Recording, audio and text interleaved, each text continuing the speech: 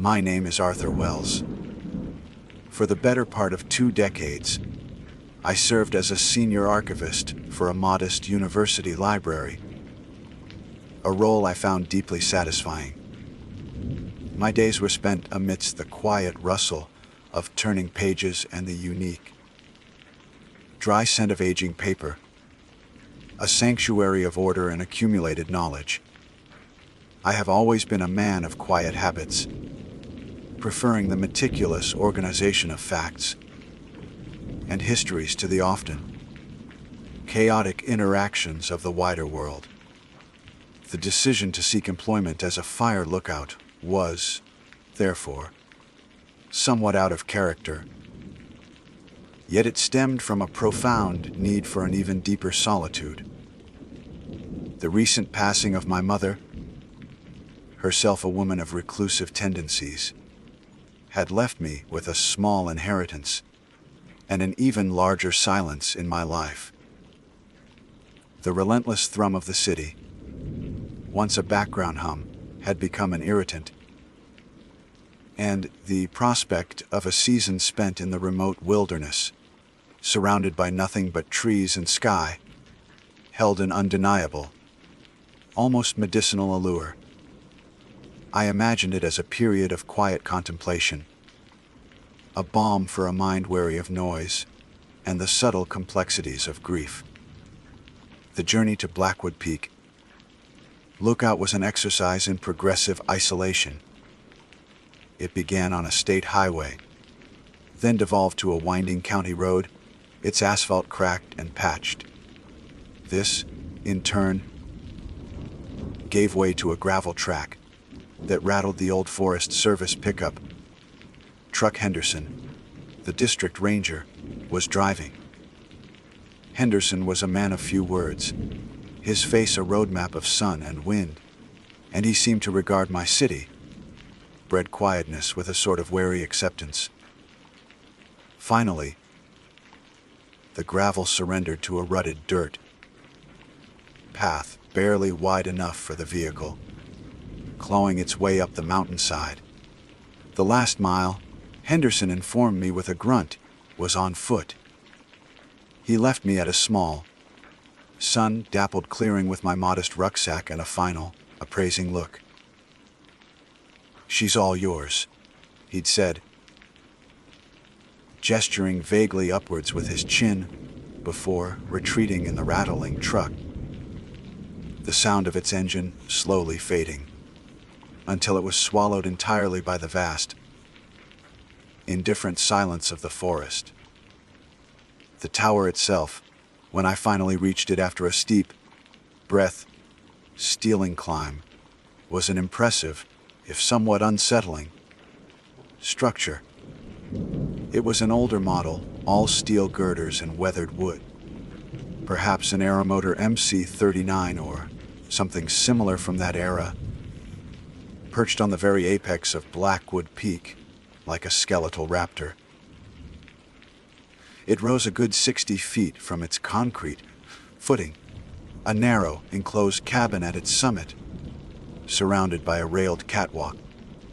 The view was, as promised, panoramic. An endless, undulating ocean of green stretched in every direction. The distant peaks of other mountains, hazy blue against the horizon. It was beautiful, certainly, but also profoundly daunting. There was a palpable sense of being utterly alone, a tiny, insignificant speck on this mountaintop fortress, as the previous lookout had apparently called it in the logbook.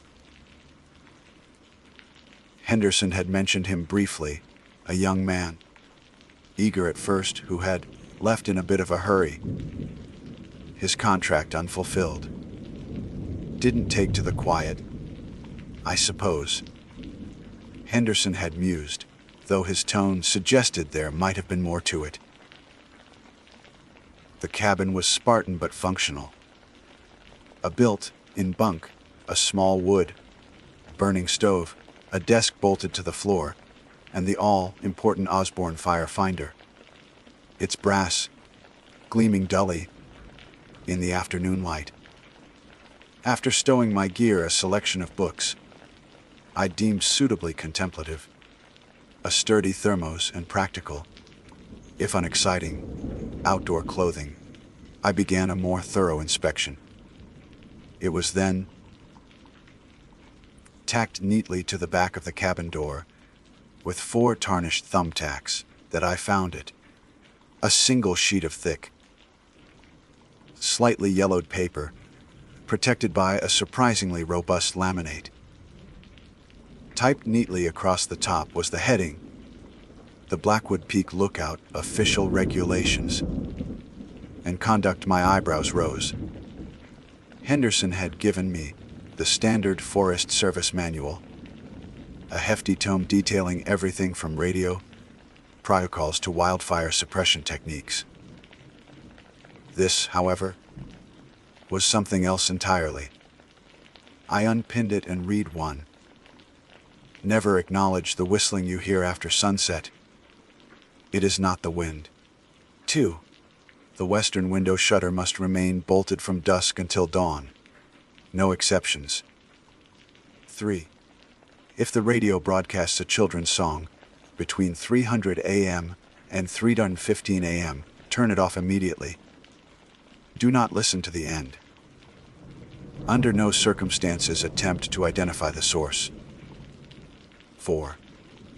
You may see a single light moving through the trees far below, especially on moonless nights. Do not report it. It is not a lost hiker. Do not attempt to signal it. 5. Should you find any carvings or symbols etched into the tower structure that were not there previously, report their appearance and exact location in the logbook. Do not touch them. 6. If you hear knocking on the trapdoor to the catwalk after midnight, ignore it. You are alone. 7. Food supplies are to be stored in the provided metal containers only. Ensure they are sealed tightly each night. This is not solely for rodent prevention. If you wake to find all your books rearranged on the shelves, leave the cabin for 1 hour, regardless of the weather. Do not attempt to put them back in order until you return. 9. The old generator may sometimes run erratically. However, if it stops completely during a clear night with no wind, do not attempt to restart it until sunrise. 10. Do not speak of what you see or hear during the deep hours of the night to anyone over the radio, unless it is a confirmed fire. Some things listen. I read the list twice, a faint smile playing on my lips. It was, I concluded, a rather elaborate piece of hazing for the new man. Or perhaps the literary efforts of a predecessor whose solitude had frayed the edges of his sanity. The almost bureaucratic presentation, the lamination, the neat typing, only added to the absurdity. Rodent prevention, indeed. I was a man of logic, an archivist.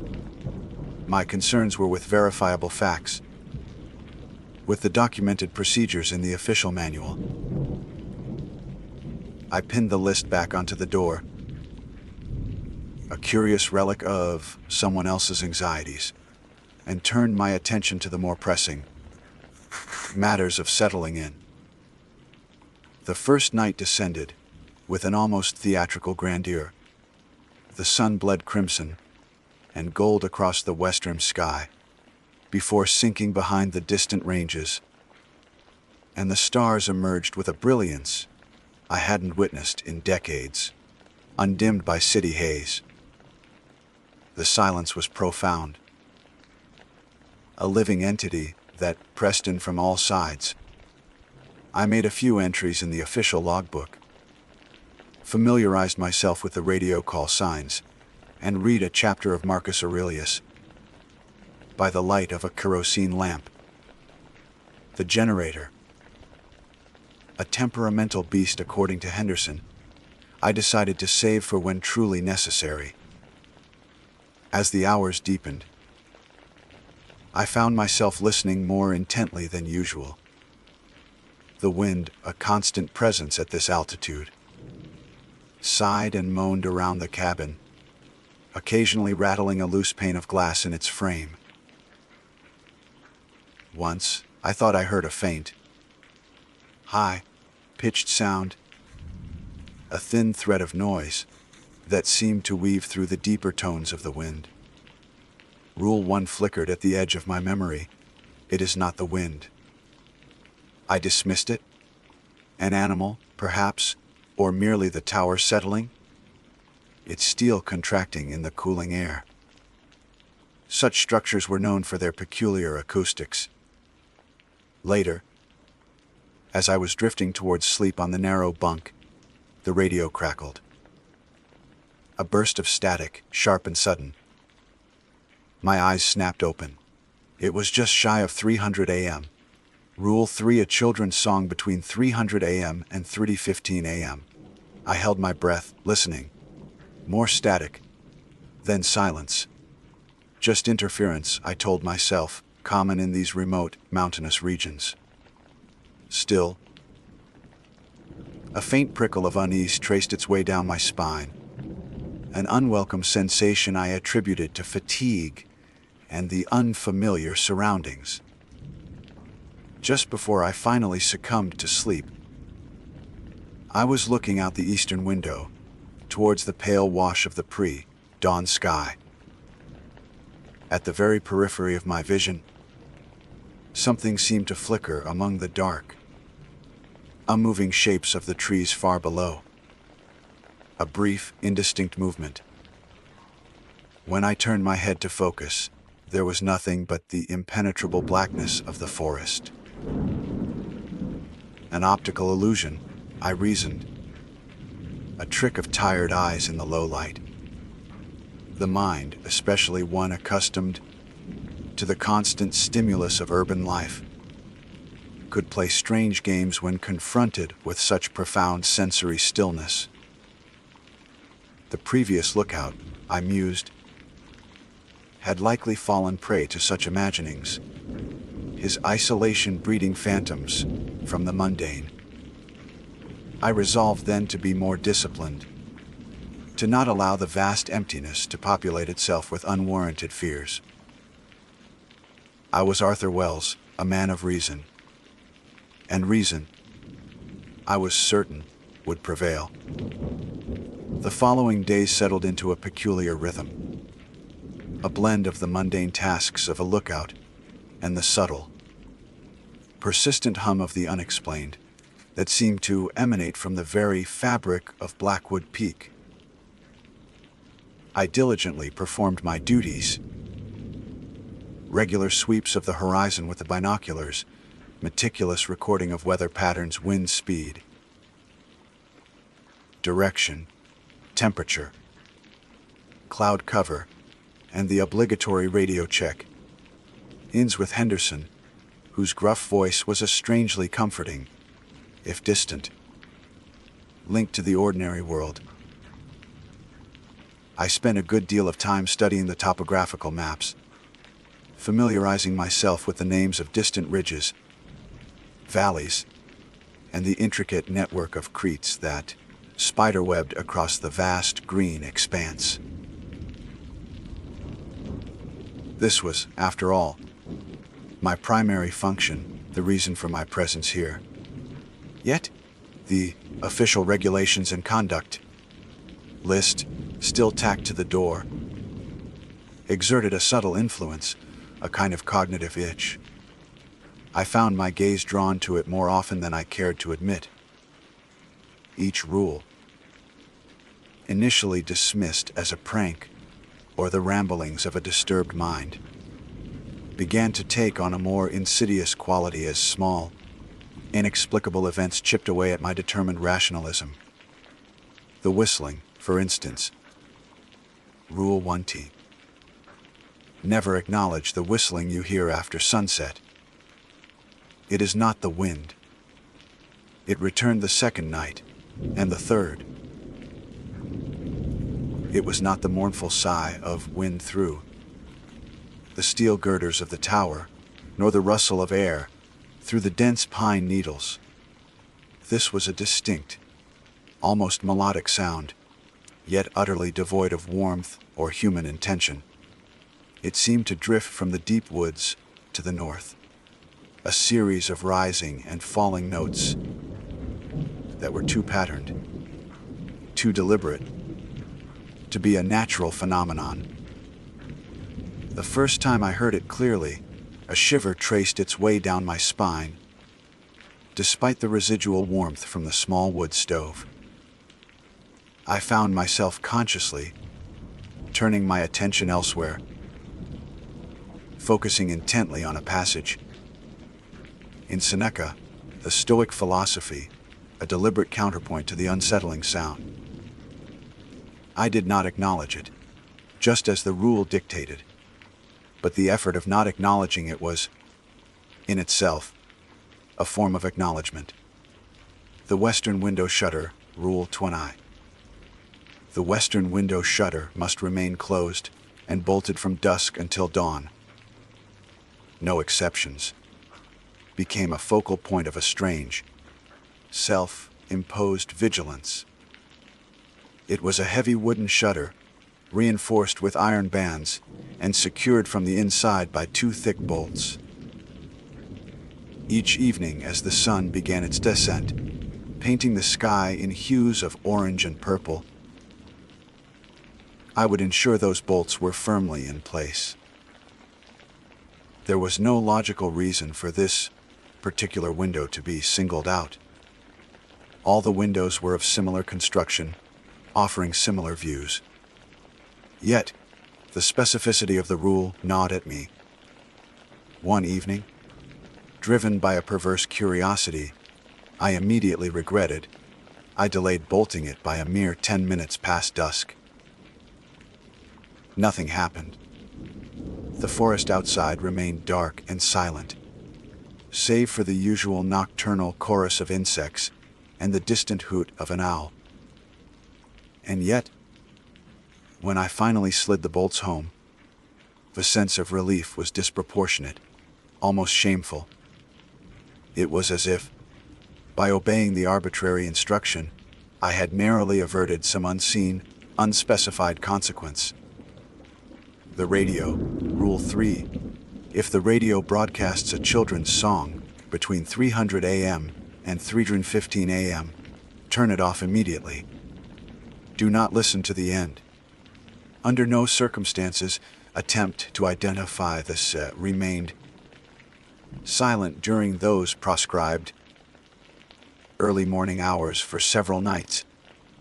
After the initial burst of static, I found myself waking instinctively a few minutes before 3000 a.m., a knot of anxiety in my stomach, listening to the faint hiss of the receiver.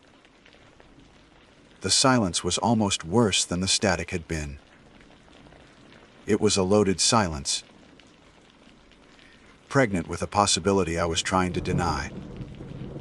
I told myself it was the power of suggestion, the list planting seeds of unease. In my mind, my subconscious fabricating these anxieties from the thin air of solitude, the single light in the trees. Rule 40. You may see a single light moving through the trees far below, especially on moonless nights. Do not report it. It is not a lost hiker. Do not attempt to signal it. Did appear.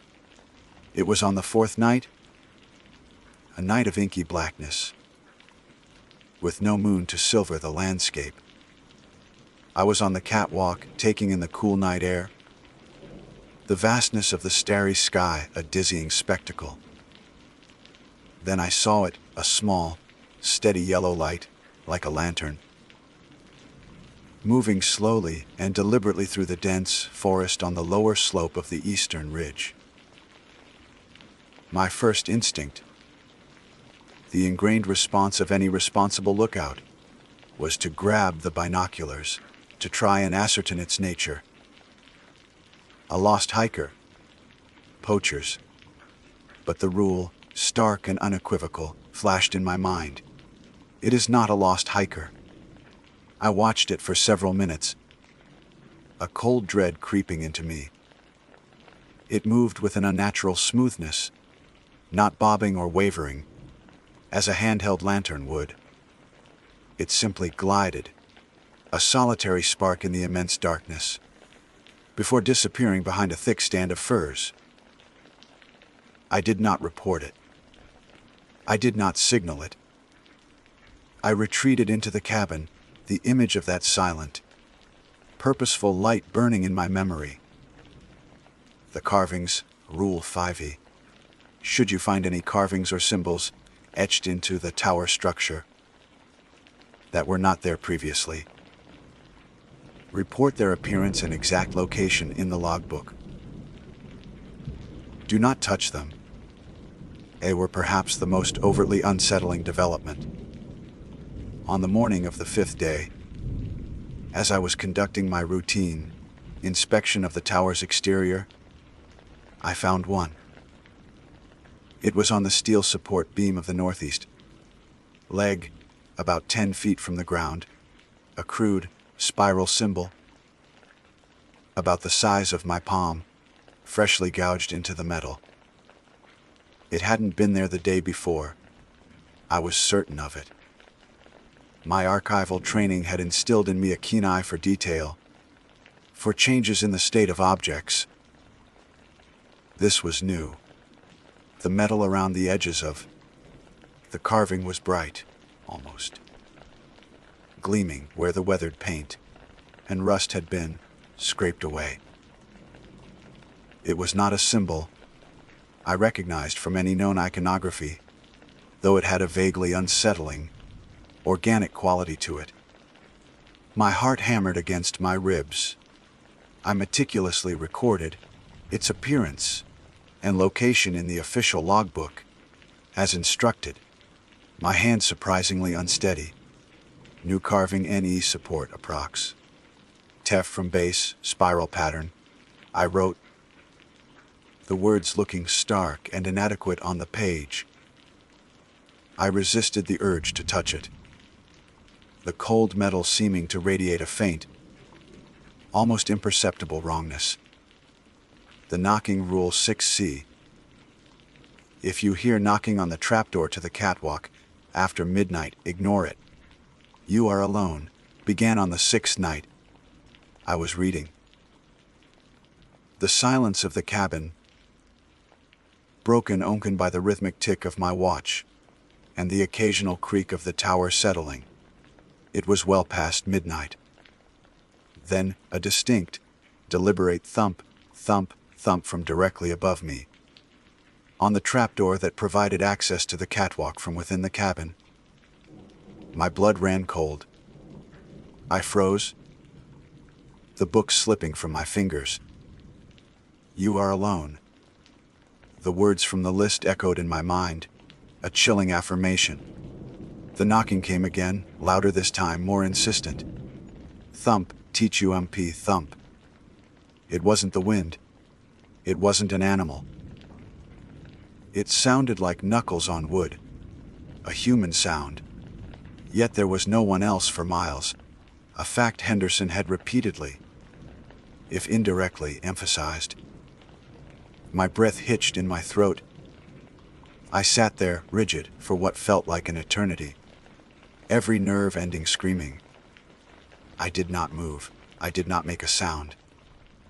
Eventually, the knocking ceased, leaving a silence that was somehow more terrifying than the sound itself.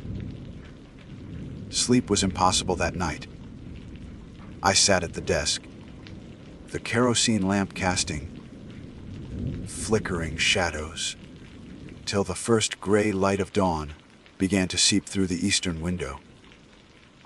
My carefully constructed edifice of logic was beginning to crumble.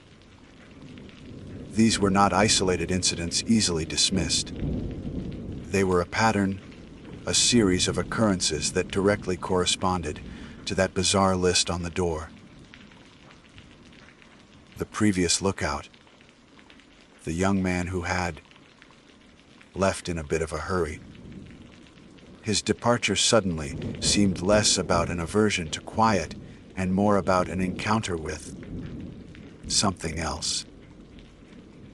The solitude I had craved was transforming, the silence no longer peaceful, but filled with an expectant, predatory quality.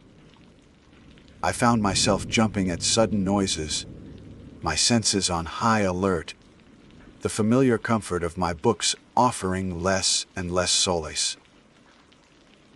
The wilderness, once a symbol of contemplative retreat, now felt vast, ancient, and indifferent to my civilized sensibilities, perhaps even actively hostile. The thought that I was merely a temporary, unwelcome intrusion in a place with its own ancient, unknowable rules was beginning to take root in my mind, a seed of primal fear. And the season had only just begun. The 7th day at Blackwood Peak. Lookout dawned gray and oppressive. The sky a bruised blanket that mirrored the growing turmoil within me. My meticulously kept logbook, once a testament to my orderly mind, now contained entries that seemed to belong to a different man, a man teetering on the edge of an abyss I had never known existed. The neat, precise script of my early days had become slightly more erratic, the ink sometimes smudged as if by a trembling hand. Sleep was a scarce commodity, snatched in brief, anxious bursts, and the solitude I had once romanticized now felt like a suffocating shroud. Rule 7. Regarding the food containers, food supplies are to be stored in the provided metal containers only. Ensure they are sealed tightly each night. This is not solely for rodent prevention. Had taken on a new, sinister dimension. I had, of course, followed it diligently from the start. They were standard Forest Service issue. Heavy, gauge steel with tight, fitting lids and sturdy latches. Rodents, even bears, would have found them a challenge. Yet, on the morning of the 7th day, I found the container, holding my supply of dried beans and rice subtly disturbed. The latches were still fastened, but the lid was slightly askew, as if something had tried, with considerable force, to pry it open from one side, then given up. There were no claw marks, no teeth marks. Just a faint indentation along the rim where some immense pressure had been applied. More unsettling were the faint, almost greasy fingerprints, or what looked like fingerprints, though they were too long, too thin, smudged on the dusty metal. I felt a wave of nausea. This was no animal. The phrase, not solely for rodent prevention, echoed with chilling understatement. I checked the other containers. They were untouched. But the message was clear: something new, where my sustenance was, and it was capable of interacting with my environment in a disturbingly intelligent way. That afternoon, the generators, Rule 90. The old generator may sometimes run erratically. However, if it stops completely during a clear night with no wind, do not attempt to restart it until sunrise. Decided to test my resolve. The day had remained unnervingly still, the air heavy and stagnant, not a breath of wind stirring the pines. The sky, though overcast, showed no sign of an impending storm. I had switched on the generator for an hour to recharge the radio battery and my small reading lamp. It chugged along with its usual cacophony for about 40 minutes, then, with a sputtering cough, fell silent. The sudden absence of its roar was deafening, amplifying the oppressive stillness of the forest. I checked the fuel ample. I checked the connections secure. There was no discernible reason for it to stop. The conditions of the rule were perfectly met. A clear, though overcast, not stormy day, no wind, and a complete cessation of function. The urge to tinker with it, to coax it back to life, was strong. It was a mechanical problem, surely, something a logical mind could diagnose and fix. But the rule, and the growing catalog of inexplicable events, stayed my hand. I left it, a silent, inert lump of metal, and the cabin felt darker, more vulnerable, without its potential for light and communication. The most profound violation of my personal space, however, came that night, or rather, in the small hours of the morning. Rule 8. If you wake to find all your books rearranged on the shelves, leave the cabin for 1 hour, regardless of the weather. Do not attempt to put them back in order until you return. My books, they were my companions, my link to the world of reason and intellect I felt slipping away. I had arranged them meticulously on the small, built-in shelf. Philosophy, history, a few volumes of classic literature. I awoke with a start, a sense of profound unease washing over me, even before my eyes focused. The kerosene lamp, which I now left burning low all night, cast a feeble, flickering glow, and there they were, my books. Every single one had been pulled from the shelf and stacked in a haphazard, teetering tower in the center of the small cabin floor. Not just rearranged, but desecrated, their order violated in a way that felt deeply personal, almost mocking. A cold fury mixed with a primal fear coursed through me. This was not a subtle creak or a distant sound. This was a direct, tangible act within my sanctuary. My first instinct was to rush forward, to restore order, to reclaim that small piece of my sanity. But the rule, stark and absolute, held me back. Leave the cabin for 1 hour, regardless of the weather. The wind had picked up, howling around the tower now, and a thin, icy rain had begun to fall, lashing against the windows. To go out onto that exposed catwalk, 60 feet above the ground, in this weather, in the dead of night, was madness. Yet, the alternative, to defy the rule, to remain in the cabin with whatever entity had demonstrated such intimate access to my space, felt even more dangerous. My hands trembled as I pulled on my boots and raincoat. The metal of the trapdoor handle was cold, shockingly so. Stepping out onto the catwalk was like stepping into another world, a realm of shrieking wind and stinging rain. The narrow walkway offered little protection. I clung to the railing, the steel vibrating with the force of the gale, and made my slow, terrifying circuit of the cabin. The forest below was a black, roaring abyss. Every shadow seemed to coalesce into a watching presence. Every gust of wind felt like an icy breath on my neck. The hour stretched into an eternity. I was exposed, vulnerable, a tiny, insignificant figure pitted against the vast, indifferent power of the storm, and whatever unseen things inhabited this peak. The fear was a living thing, coiling in my gut, constricting my chest. Was this the point? To drive me out, to test my obedience, to show me how utterly powerless I was? When the hour was finally, agonizingly up, I timed it on my watch.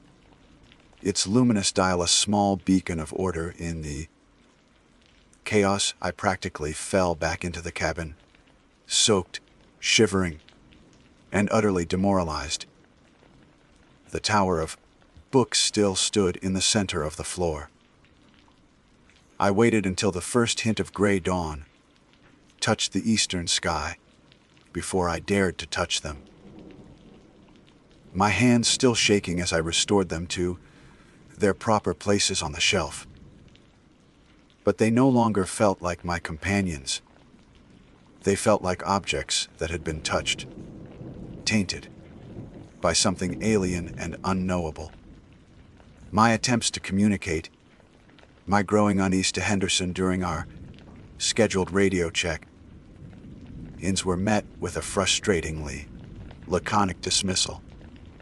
Rule 10's do not speak of what you see or during the deep hours of the night to anyone over the radio, unless it is a confirmed fire. Some things listen was a constant, nagging deterrent. How could I even begin to explain the whistling, the light, the carvings, the knocking, the rearranged books, without sounding like I had succumbed to cabin fever? I tried to be subtle. Conditions up here are a bit unusual, Henderson, I'd said one morning, my voice carefully neutral. "Oh, how so, Wells?" he'd replied, his tone flat. "Just. The quiet seems to have a peculiar quality to it some nights." A pause, then Henderson's dry chuckle. "It's a quiet place, Wells. That's the point. See any smoke, you let me know. Otherwise, enjoy the peace." Enjoy the peace. The irony was a bitter pill. The peace was a lie. The silence was a canvas upon which my deepest fears, and perhaps something far more real, were painting a terrifying masterpiece. I began to study the old logbooks, left by previous lookouts with a new intensity. Most entries were mundane weather reports, sightings of deer or elk, notes on maintenance. But then, tucked into the back of a logbook from a prior, I found a series of entries from a lookout named Thomas Ashton. His handwriting, initially neat, grew increasingly agitated. He mentioned unsettling sounds, a feeling of being watched, and, most chillingly, the rules don't make sense until they start to apply to you. His last entry was a single, scrawled sentence. "It knows I'm here. It knows my name." After that, the logbook pages were blank for several weeks, until a new lookout began making entries, noting that the previous occupant had departed unexpectedly. A cold dread settled in my stomach. Ashton hadn't just left. He had fled, and whatever he had fled from was still here, with me. The list of rules was not a prank. It was a survival guide, a set of arcane protocols for coexisting with something ancient and malevolent that considered Blackwood Peak its domain. And I, Arthur Wells, the archivist, the man of logic, was now a character in a story far older and more terrifying than any I had ever catalogued. The question was no longer whether I could rationalize these events, but whether I could survive them.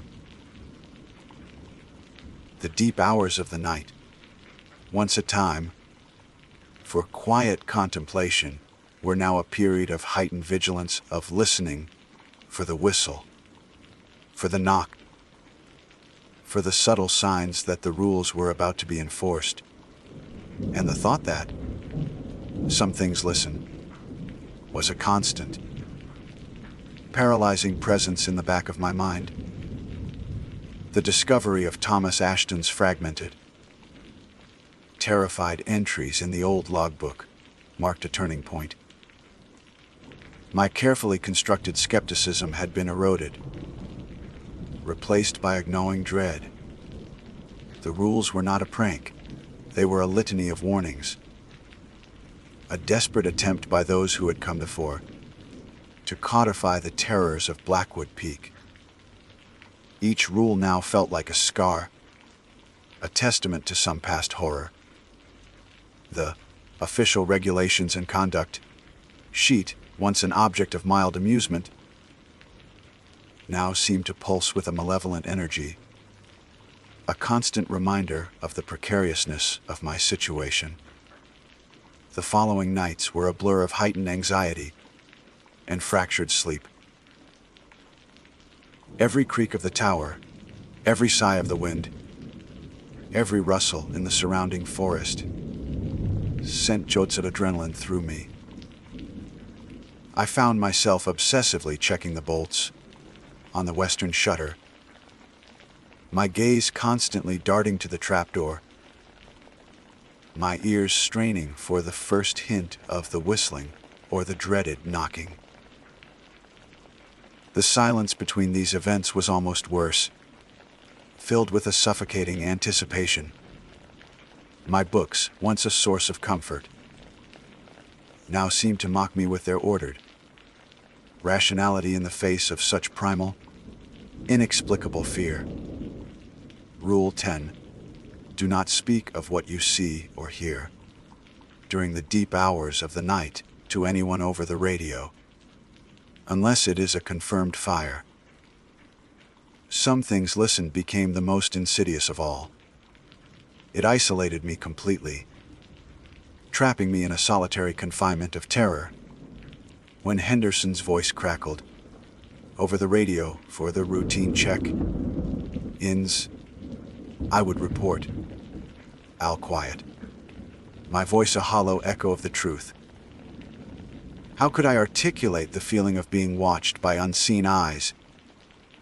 The chilling certainty that the rearranged books were a deliberate, intelligent act of intimidation, or the unnatural smoothness of the light moving through the trees. He would think I was losing my mind. Another city dweller succumbing to the pressures of isolation. And perhaps I was.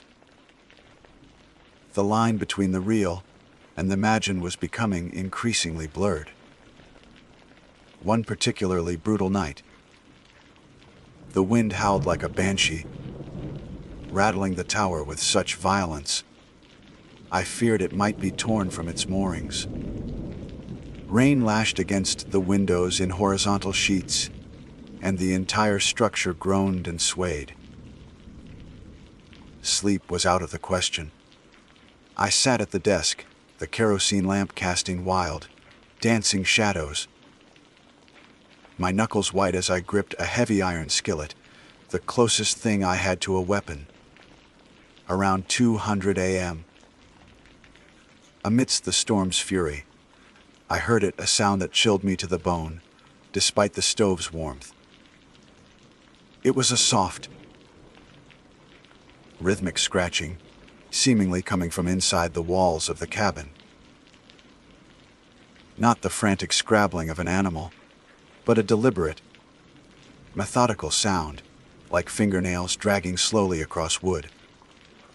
It moved, circumnavigating the small room, sometimes fading, sometimes growing louder, a horrifying accompaniment to the storm outside.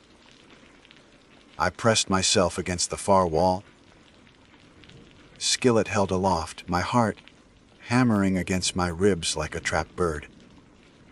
There was nowhere to run, nowhere to hide. I was 60 feet in the air, in a metal cage, surrounded by an elemental fury and something else. The scratching continued for what felt like hours, a relentless torment that frayed my already tattered nerves. I didn't dare investigate. I simply endured, a prisoner of my fear. The next morning, exhausted and hollow-eyed, I found new carvings on the inside of the cabin door, just below the laminated list of rules. They were smaller than the one on the tower leg, more intricate, a series of jagged, interlocking lines that seemed to form a grotesque, unblinking eye. My stomach churned. It had been inside with me, or at least something capable of marking the interior of my sanctuary while I cowered mere feet away. The logbook entry for that day was brief. My handwriting barely legible. Severe storm. Unusual noises. New carvings on door interior. It was the radio incident, however, that truly pushed me to the brink. It happened on a still, moonless night. The kind where the silence of the forest felt absolute and watchful. I had actually managed to drift into a light, uneasy sleep when the radio crackled to life. My eyes snapped open. The luminous dial of my watch read 3:07 a.m. Rule 3. A children's song. But it wasn't a song. It was a voice. A child's voice, distorted and filled with a chilling, artificial sweetness. "Arthur." It whispered, the sound seeming to come from inches away, though the radio was across the room. "Arthur, let me in. It's cold out here." My blood turned to ice. It knew my name. Thomas Ashton's final, scrawled entry flashed in my mind. It knows my name. This wasn't random. This was personal. The voice was soft, pleading, yet utterly devoid of genuine emotion. It was the most terrifying sound I had ever heard. "I'm lost, Arthur." The voice continued. A faint, almost inaudible sobbing sound in the background. "Please, just open the door. I'm so alone." My hand shot out and slammed the power switch on the radio, plunging the cabin back into silence. But the voice lingered in my ears, a venomous echo. I sat bolt upright in my bunk, trembling uncontrollably. This was no longer about strange occurrences or unsettling noises. This was a direct, targeted assault.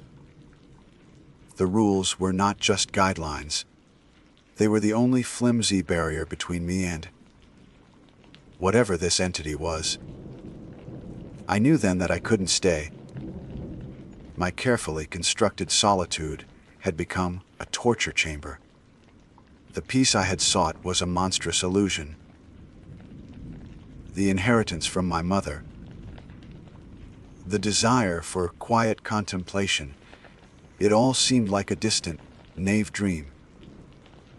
The only thing that mattered now was survival. The next morning, at first light, I began to pack. My movements were hurried, frantic.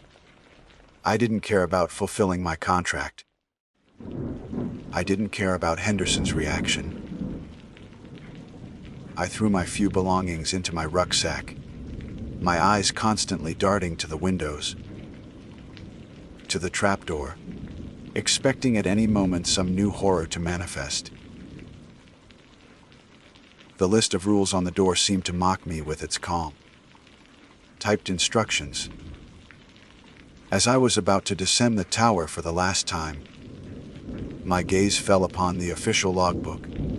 With a shaking hand, I opened it to a fresh page. I paused, then wrote, "To whoever finds this, the rules are real. Follow them. Do not try to understand. Do not try to rationalize. Just obey. Your sanity, perhaps your life, depends on it. It knows." I didn't sign my name. The journey down the mountain was a paranoid flight. Every shadow seemed to hold a threat. Every rustling leaf sounded like approaching footsteps. I didn't stop until I reached the clearing where Henderson had left me, what felt like a lifetime ago. The hike to the gravel road, and then to the county road, was fueled by a desperate, primal urge to escape. I didn't look back. I never told anyone the full story of what happened at Blackwood Peak Lookout. Who would believe me? They would say it was stress, isolation, an overactive imagination. But I know what I experienced. I know the cold dread that settled in my soul, the certainty of a malevolent presence. Sometimes, late at night, when the wind howls outside my city apartment, I think I can hear a faint, high-pitched whistling.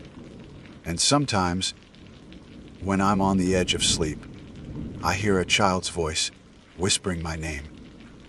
The Blackwood Peak Lookout still stands, I assume, waiting for its next occupant. And the list of rules, I have no doubt, is still tacked to the door, a silent, chilling invitation to a world where logic holds no sway, and the deep hours of the night belong to things that listen. My name is Michael Keene. As of 08 Fudger hours on October 12th, I have officially assumed the duties of Park Ranger, GS Alzo 25-9, at Archwood National Park. This transfer follows a 6-year tenure at Yosemite, a posting I valued immensely. However, due to personal matters requiring proximity to family on the East Coast, I requested a reassignment. The Office of Personnel Management, in its wisdom, assigned me to Archwood, a place I had, until recently, only known as a name on a list of federal park resources. My responsibilities, as per the position classification standard, remain consistent with my previous role to supervise and perform work in the conservation and use of park resources. This includes, but is not limited to, natural and cultural resource management, the operation of interpretive programs for the benefit of the visiting public, visitor protection services, and enforcement of laws and regulations pertinent to the Park Service. I am a man who believes in procedure, in the clear, delineated lines of authority and responsibility that allow us to safeguard these national treasures. There is a form for every incident, a protocol for every emergency. This structure is not just bureaucracy. It is the bedrock of order in the face of nature's inherent chaos. Archwood, I was told, is one of the more remote postings in the eastern United States, nestled deep in the oldest parts of the Appalachian Mountains. It is a world away from the granite majesty of Yosemite.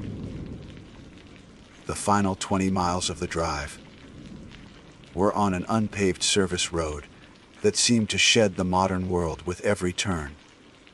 The ranger station itself is a relic, a sturdy, 2-story log structure built by the Civilian Conservation Corps in the 1930s, updated over the decades but still retaining an air of profound isolation. My predecessor, a man named Thompson, according to the transfer documents, had left the place in immaculate order. The generator was full. The radio equipment passed its diagnostics, and the supply pantry was stocked for the winter. The first day was spent in methodical routine. I conducted a full inventory, cross-referencing the physical assets with the station's logbook. I walked the perimeter, checking the shutters and the integrity of the bear-proof waste containers. The air here is different. It's heavy, thick with the smell of rich, damp earth, and what can only be described as centuries of decay.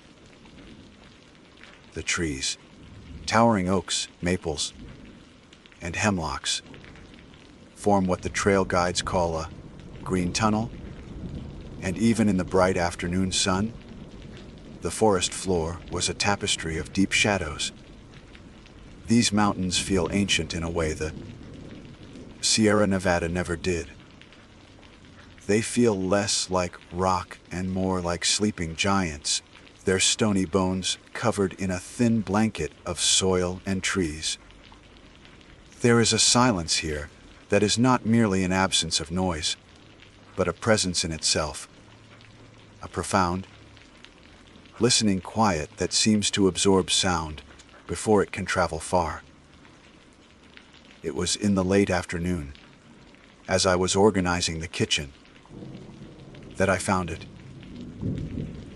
Taped to the inside of the upper cabinet, right next to the mugs, was a single sheet of yellowed legal paper, folded twice. The paper was soft, almost cloth-like from handling, and covered in a frantic, spidery handwriting. At the top, in thick, underlined letters, were the words, "Things you ought to know. For your own good." I chuckled, assuming it was a list of local quirks, or perhaps a good-natured hazing from Ranger Thompson. I poured myself a cup of coffee and sat down at the small kitchen table to read it. The generator needs to be checked at 2200. Not a minute before, not a minute after. Top it off if needed. 2. If you hear whistling at night, go inside and lock the door. That song isn't for you. 3. The trail camera on Ridge 4 sometimes picks up static. If you see a file with a corrupted timestamp, delete it without viewing. Nemvier, try to recover it. 4. If you find animal remains with no visible wounds, leave them at the base of the large, weeping willow by the creek. Do not report it. Do not try to figure out what killed it. 5. Some nights you might see lights over Brown Mountain. Don't watch them for more than a minute. They notice when you're looking. 6. If you get a call on the radio and it's just silence, say, "The line is clear," and hang up. Don't wait for a reply. 7. NVR, use the emergency flare gun, unless the fire is something you can see. 8. There is a set of stone stairs deep in the North Woods that doesn't lead anywhere. You've seen them on the map. Do not go near them. If a hiker reports them, tell them they are mistaken. Log it as a false report. 9. If you see a man with a face that looks or blurry, do not make eye contact. He is not lost. He knows exactly where he is. Turn around and walk away. Don't leave food out for the bears, especially not the one that walks on 2 legs. I read the list twice. My initial amusement curdled into a kind of professional annoyance. This was precisely the sort of thing that gave rangers in remote posts a bad name. Succumbing to isolation, spinning folk tales, and blurring the lines between superstition and safety protocol. The reference to the Brown Mountain lights was a known piece of local folklore, easily explained by atmospheric phenomena or distant vehicle lights.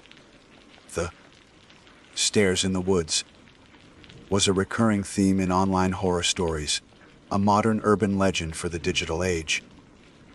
And the rest, vague, unhelpful, and frankly, unprofessional.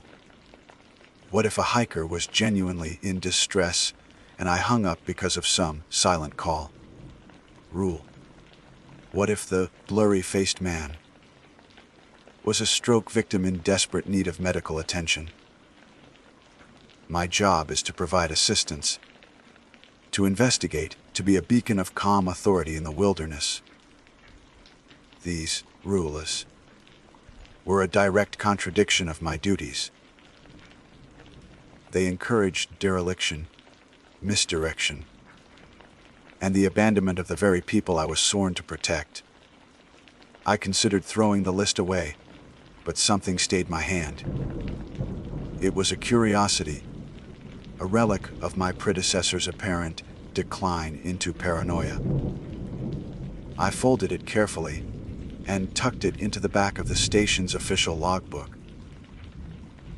Later that evening, I made my first formal entry, October 12, 2030, all systems operational. Station inventory complete. No unusual incidents to report. Note: predecessor left a list of unofficial protocols. Appears to be a mix of local folklore and potential stress-related ideation. Will adhere strictly to established NPS guidelines and procedures. The safety of the public and the integrity of park resources are paramount and cannot be compromised by unsubstantiated local legends. Keen M. Park Ranger. As I wrote, I felt a sense of satisfaction. I was re-establishing order. I was a professional, a man of science and regulation. A place had clearly gotten the better of my predecessor. I would not make the same mistakes. I would not make the silence and the shadows play tricks on my mind. Here, in Archwood, the rules were clear. They were written in federal code, printed in manuals, and backed by the full authority of the United States government. Those were the only rules that mattered. That night, the wind picked up, and the ancient trees around the station began to creak and groan like the timbers of a sinking ship. I dismissed the sounds, finished my coffee, and prepared for my first full day in the woods. I was confident. I was prepared. I was, in hindsight, a fool. The first official day of patrol began as expected. The morning air was sharp and cold, carrying the scent of damp soil and pine. My agenda was straightforward: a full circuit of the park's primary northern loop, checking trail conditions, looking for signs of illegal trapping, and generally establishing a presence. I am, by nature and by training, a creature of habit and procedure. My predecessor's list of nonsensical rules was a footnote in my logbook, an amusing anecdote to perhaps share at a future regional meeting, but nothing more. My focus was on the tangible, the observable, the tasks outlined in the Park Ranger GS 025 position description. It was mid-morning when I made the first discovery. On the bank of a fast, running creek, half in a thicket of rhododendron, lay the carcass of a large white-tailed deer. Standard procedure dictates a thorough examination and report. I unslung my pack and pulled on a pair of latex gloves. As I approached, a line from the yellowed paper surfaced, in my mind unbidden. Rule Feint 4. If you find animal remains with no visible wounds, leave them at the base of the large, weeping willow by the creek. Do not report it. I scanned the area. Sure enough, about 50 yards downstream, a massive weeping willow drooped over the water. A coincidence. I knelt by the deer. It was a healthy-looking buck, its coat sleek, its eyes glassy but clear. I spent 20 minutes performing a meticulous inspection. There were no puncture wounds, no signs of a predator attack, no bullet holes, no evidence of arrow or bolt. Its legs weren't broken from a fall. It was simply dead. I've seen animals die from disease, from freak accidents, from starvation. There is always a sign, a physical clue. Here, there was nothing. It was as if the life had just been neatly extracted from it. The professional in me documented the finding, took photographs, and logged the coordinates.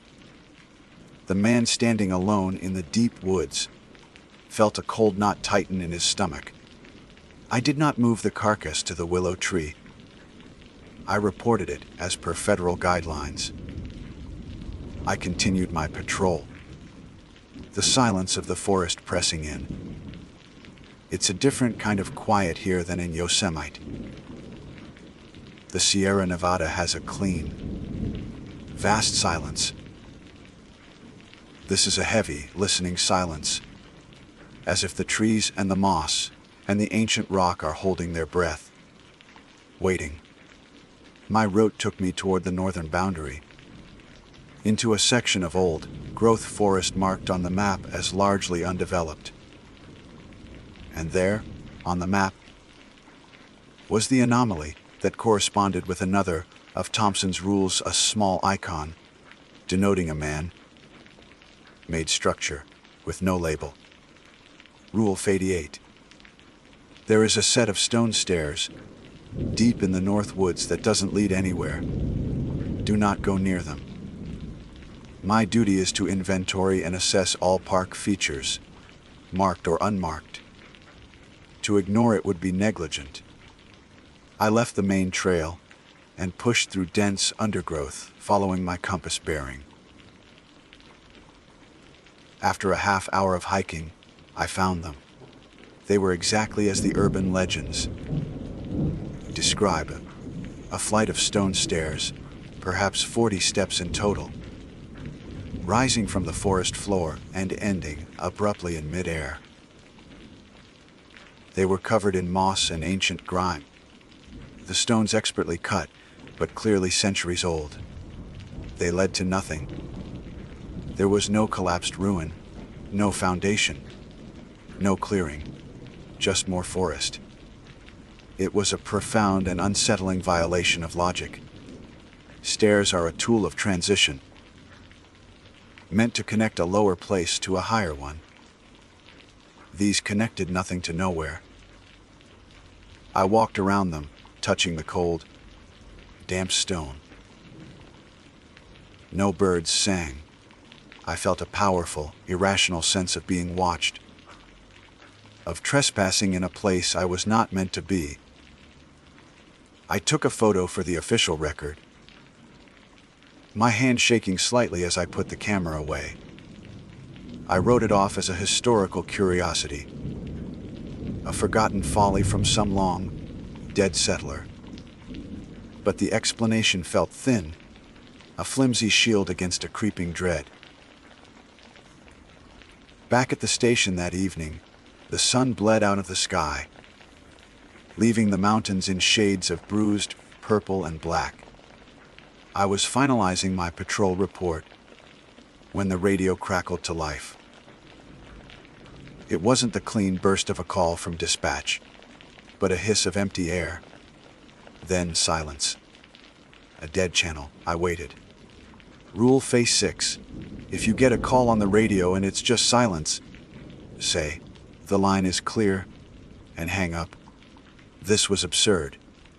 It could be a lost hiker with a failing battery, their last desperate attempt to make contact. This is Ranger Keene at Archwood Station. I have an open line with static. Please repeat your transmission, over. I spoke with the calm, measured authority my training dictated. The only reply was the continued, profound silence. It felt different from an empty channel. It felt weighted, like a held breath. If you can hear me and are unable to transmit, try keying your microphone twice. Nothing. After 5 minutes of attempting to establish contact according to protocol, the line clicked off. I sat back. The silence of the room, now feeling as charged as the one on the radio. A deep sense of unease washed over me. Had I done the right thing? Later, as I was cleaning my dinner plate, I heard it. A faint, melodic sound drifting on the night air. Whistling. I froze, every muscle tensed. Rule Fate 2. If you hear whistling at night, go inside and lock the door. That song isn't for you. I was already inside, but the sound made the sturdy log walls of the station feel paper thin. It wasn't a tune I recognized. It was intricate, with strange, lilting trills and deep, mournful notes that seemed to hang in the air. It sounded inhuman.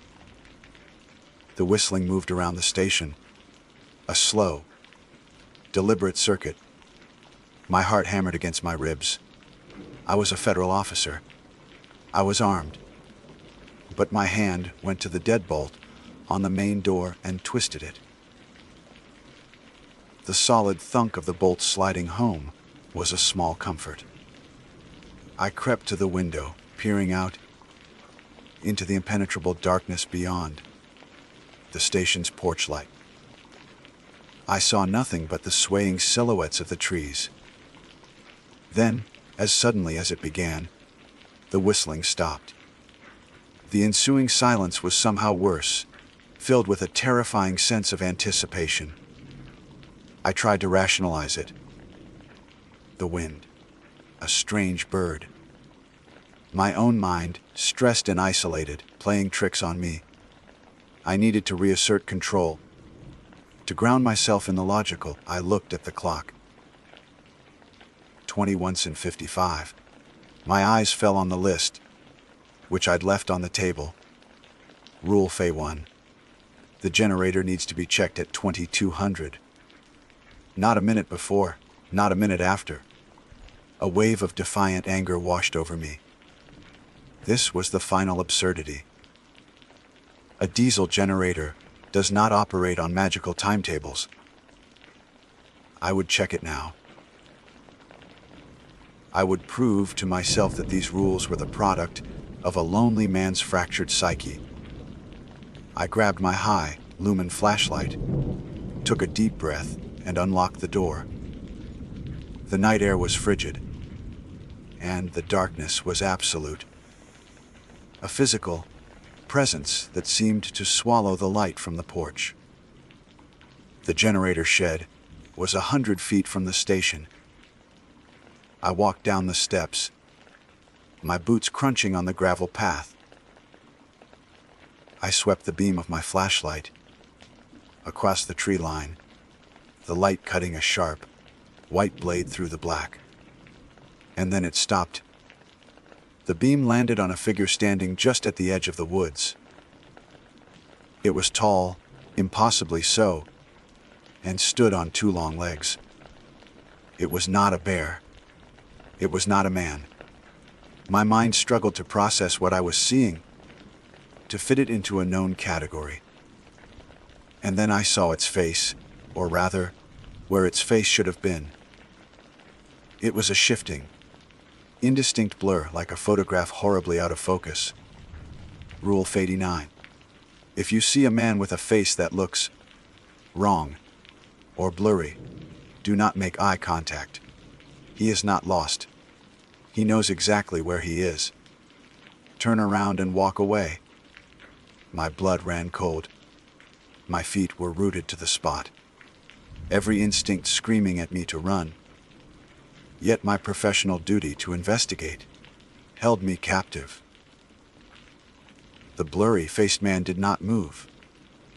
He just stood there, in the silent, listening darkness of Archwood Park, and he was looking right at me. Time, as a measurable concept, ceased to exist. My world compressed to the space between my own frantic heartbeats and the static figure at the edge of the woods. It was a violation of all known categories, a walking, breathing impossibility. My training, my years of service, every protocol I had ever memorized, provided no framework for a man with a face that wasn't a face. It was a vortex, a smudge in the fabric of reality, and it was looking at me. Rule 89. If you see a man with a face that looks wrong or blurry, do not make eye contact. The warning screamed in my mind, but it was too late. I had looked, I had been seen. A cold, analytical part of my brain. The part that writes incident reports and testifies in court, tried to assert itself. Subject is approximately 2 meters tall, bipedal, exhibiting no discernible facial features. Possible visual hallucination, induced by stress and isolation. But I knew it wasn't a hallucination. The sheer presence of the thing was a weight on the air, a pressure against my senses. It didn't move, it didn't make a sound. But I felt a sense of profound, ancient scrutiny, as if I were a microbe being examined under a microscope. Turn around and walk away. The second part of the rule. My legs were leaden, my muscles locked in a primal freeze response. To turn my back on it felt like the most profound folly imaginable. But the alternative, to stand there until it decided to act, was unthinkable. With a surge of will that felt like tearing my own skin, I broke my gaze, focusing on the gravel path in front of me. I turned, my movements stiff and robotic, and began to walk back toward the station. I did not run. Running felt like an admission of prey status. Every step was a deliberate, measured act of defiance against the terror that was screaming at me to flee. The 100-foot walk back to the cabin became the longest journey of my life. The night, which had been filled with the familiar sounds of wind and rustling leaves, was now utterly silent. Or perhaps the roaring in my ears simply drowned everything else out. I felt its gaze on my back, a physical weight that threatened to crush me. I didn't dare look back. I reached the porch, fumbled with the doorknob, and stumbled inside, slamming the heavy oak door and throwing the deadbolt with a crash that echoed in the sudden stillness. I leaned against the door, my breath coming in ragged, painful gasps. My professional composure was not just cracked, it was shattered. I slid down the door to the floor, my sidearm feeling like a useless toy against whatever was out there. After several minutes, I managed to get to my feet and stumble to the kitchen table. I pulled the yellowed list from the logbook. It was no longer a relic of my predecessor's paranoia. It was a testament, a survival guide. I read it again, and this time, the words were not suggestions, but commandments etched in fire. Rule why 4 high, animal remains with no visible wounds. The deer. I had logged it, reported it. A violation. Rule height 80, the stone stairs. I had approached them, photographed them. A violation. Rule face 6C, the silent radio call. I had tried to respond, to follow protocol. A violation. Rule faith 2, the whistling. I had locked the door, but I had listened. Rule whence the generator. I had deliberately gone out at 21:55, 5 minutes early, in a fit of professional pique. And it had been waiting for me. My arrogance, my rigid adherence to a set of rules, designed for a world that apparently did not exist here, had led me directly into the path of these things. Thompson hadn't been crazy. He had been trying to survive. A flicker of movement outside the window caught my eye. I crept towards it, my heart in my throat. High above the dark silhouette of Brown Mountain, a series of glowing orbs danced in the sky. They pulsed with a soft, internal light, moving in silent, impossible patterns, drifting, hovering, then darting at incredible speeds. Rule Fay 5. Some nights, you might see lights over Brown Mountain. Don't watch them for more than a minute. They notice when you're looking. I felt a strange pull, a hypnotic fascination. But the memory of the blurry face was still seared into my mind. I counted to 60, my lips moving silently, then tore my eyes away from the window, my skin crawling with the renewed sensation of being watched. I spent the next few hours in a state of vigilant terror, jumping at every creak of the old cabin. Sleep was an impossibility. Just after 0200, a new sound began. A loud, rhythmic banging from the direction of the waste disposal area. It wasn't the sound of a foraging animal. It was heavy, metallic, and deliberate. Clang. BNG. I crawled to the small window on the far side of the station that overlooked the bear-proof dumpsters. Peering through the glass, I saw it, a hulking shape silhouetted against the faint starlight. It was massive, far larger than any black bear in these mountains, and it was standing on two legs. It moved with a lurching, unnatural gait, tearing at the reinforced steel lid of a dumpster with thick, clawed hands. Rule Fay 10. Don't leave food out for the bears. Especially not the one that walks on two legs. I shrank back from the window, my breath catching in my chest. It was methodically trying to get into the trash, a grotesque parody of a common raccoon, and the sheer, brutal strength it was exerting was terrifying. The rest of the night passed in a blur of fear, when the first gray light of dawn finally filtered through the trees. It felt less like a sunrise and more like a temporary ceasefire. I was exhausted, but my mind was racing. I had to maintain some semblance of my duties, if only to keep myself from completely breaking down. I powered on my station computer to download the data from the park's trail cameras, a routine task that now felt fraught with peril. I clicked through the files: a fox trotting down a path, a doe and her fawn, a raccoon, normalcy. Then I got to the folder for Ridge 4. My blood ran cold. There it was.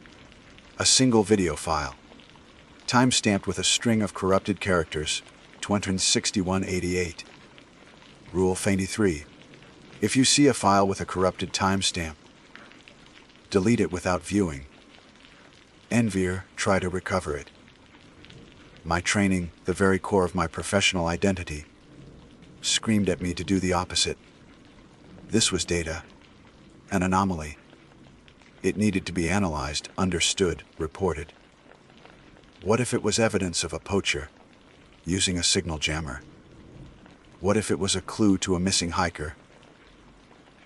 But the list, Thompson's list, was just as loud in my head. Envier, try to recover it. I stared at the file name, my hand trembling on the mouse. My entire worldview had been appended in less than 24 hours. The man of science and regulation was at war with the terrified survivor.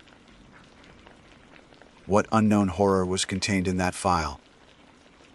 So terrible that the only safe course of action was to pretend it never existed. With a choked sob, I clicked on the file and dragged it to the trash icon. I emptied the trash, then ran a secure delete function, erasing every trace of it from the system. The act was a surrender.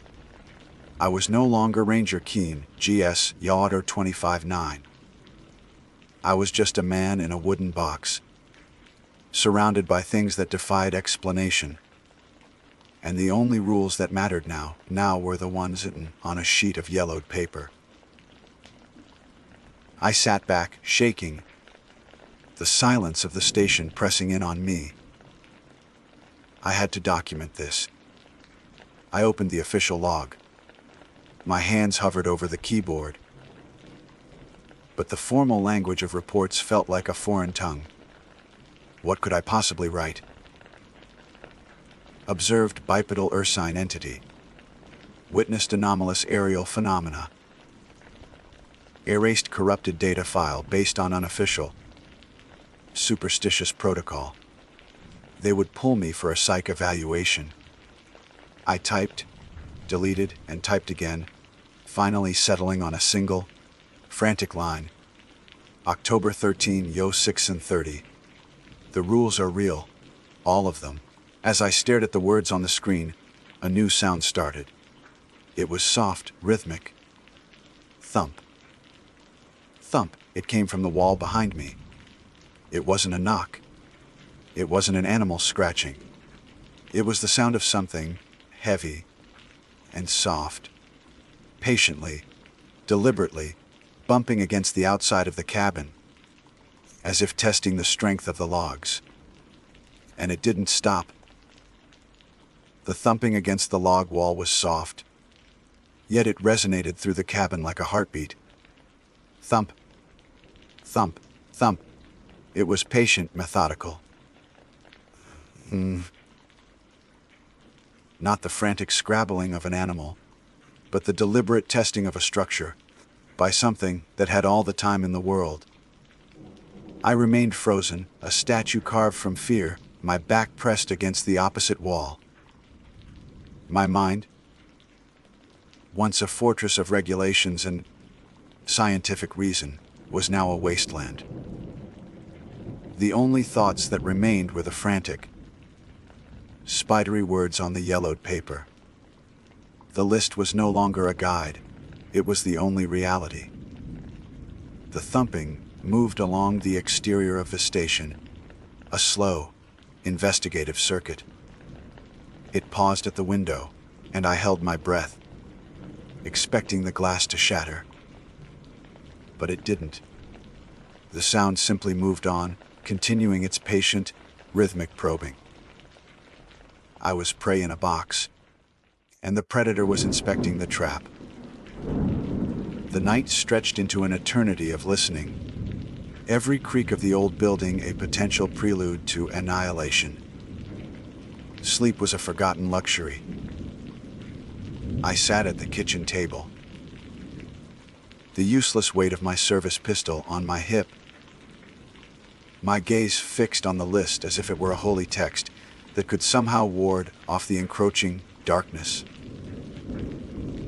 When dawn finally broke, it brought no relief, only a gray, washed-out light that made the world look sick and tired. The thumping had stopped hours ago, but the silence it left behind was heavy with menace. I was a prisoner. To flee into the woods was to run into the arms of the things that hunted there. To stay was to wait for the walls to finally give way. My professional training was a mockery. What good was a course on visitor, protection against a thing with a blurry face? What was the protocol for a bear that walked on two legs and had the strength to peel steel? It was then that I heard it, a new sound piercing the morning quiet. It was the sound of a child crying. My blood ran cold. It wasn't a faint, looping cry like the one from the Sar story I'd once heard. This sounded real, desperate, and achingly human. It came from the direction of the creek, somewhere deep in the woods. Every instinct, every fiber of my being as a park ranger, screamed at me to respond. This was my core function: to render aid, to protect the vulnerable. I remembered the case file from my predecessor's time. The little boy taken by the bear man, who had a weird face. Was this another child, another victim? I grabbed the radio, my hands shaking. Archwood Station to dispatch. Do you copy? Static. Only static. I tried again, my voice cracking. This is Ranger Keen. I have a possible child in distress, requesting immediate assistance. Over.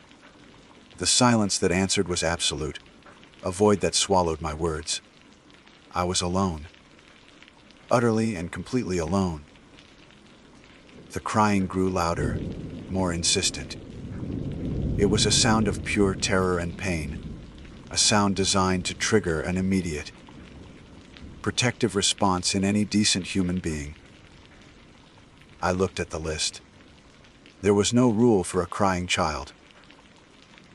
It was an unforeseen variable, a test that fell outside the established parameters of this nightmare. My mind raced, trying to find a loophole, a justification. My duty was clear, but the woods were not. My eyes fell on the emergency kit mounted on the wall. Inside, nestled in its foam casing, was the flare gun. And the final, untested rule slammed into my consciousness. Rule Feint 7. MVR use the emergency flare gun, unless the fire is something you can SEE. The conflict was a physical agony. To abandon a child was to abandon my oath, my very identity.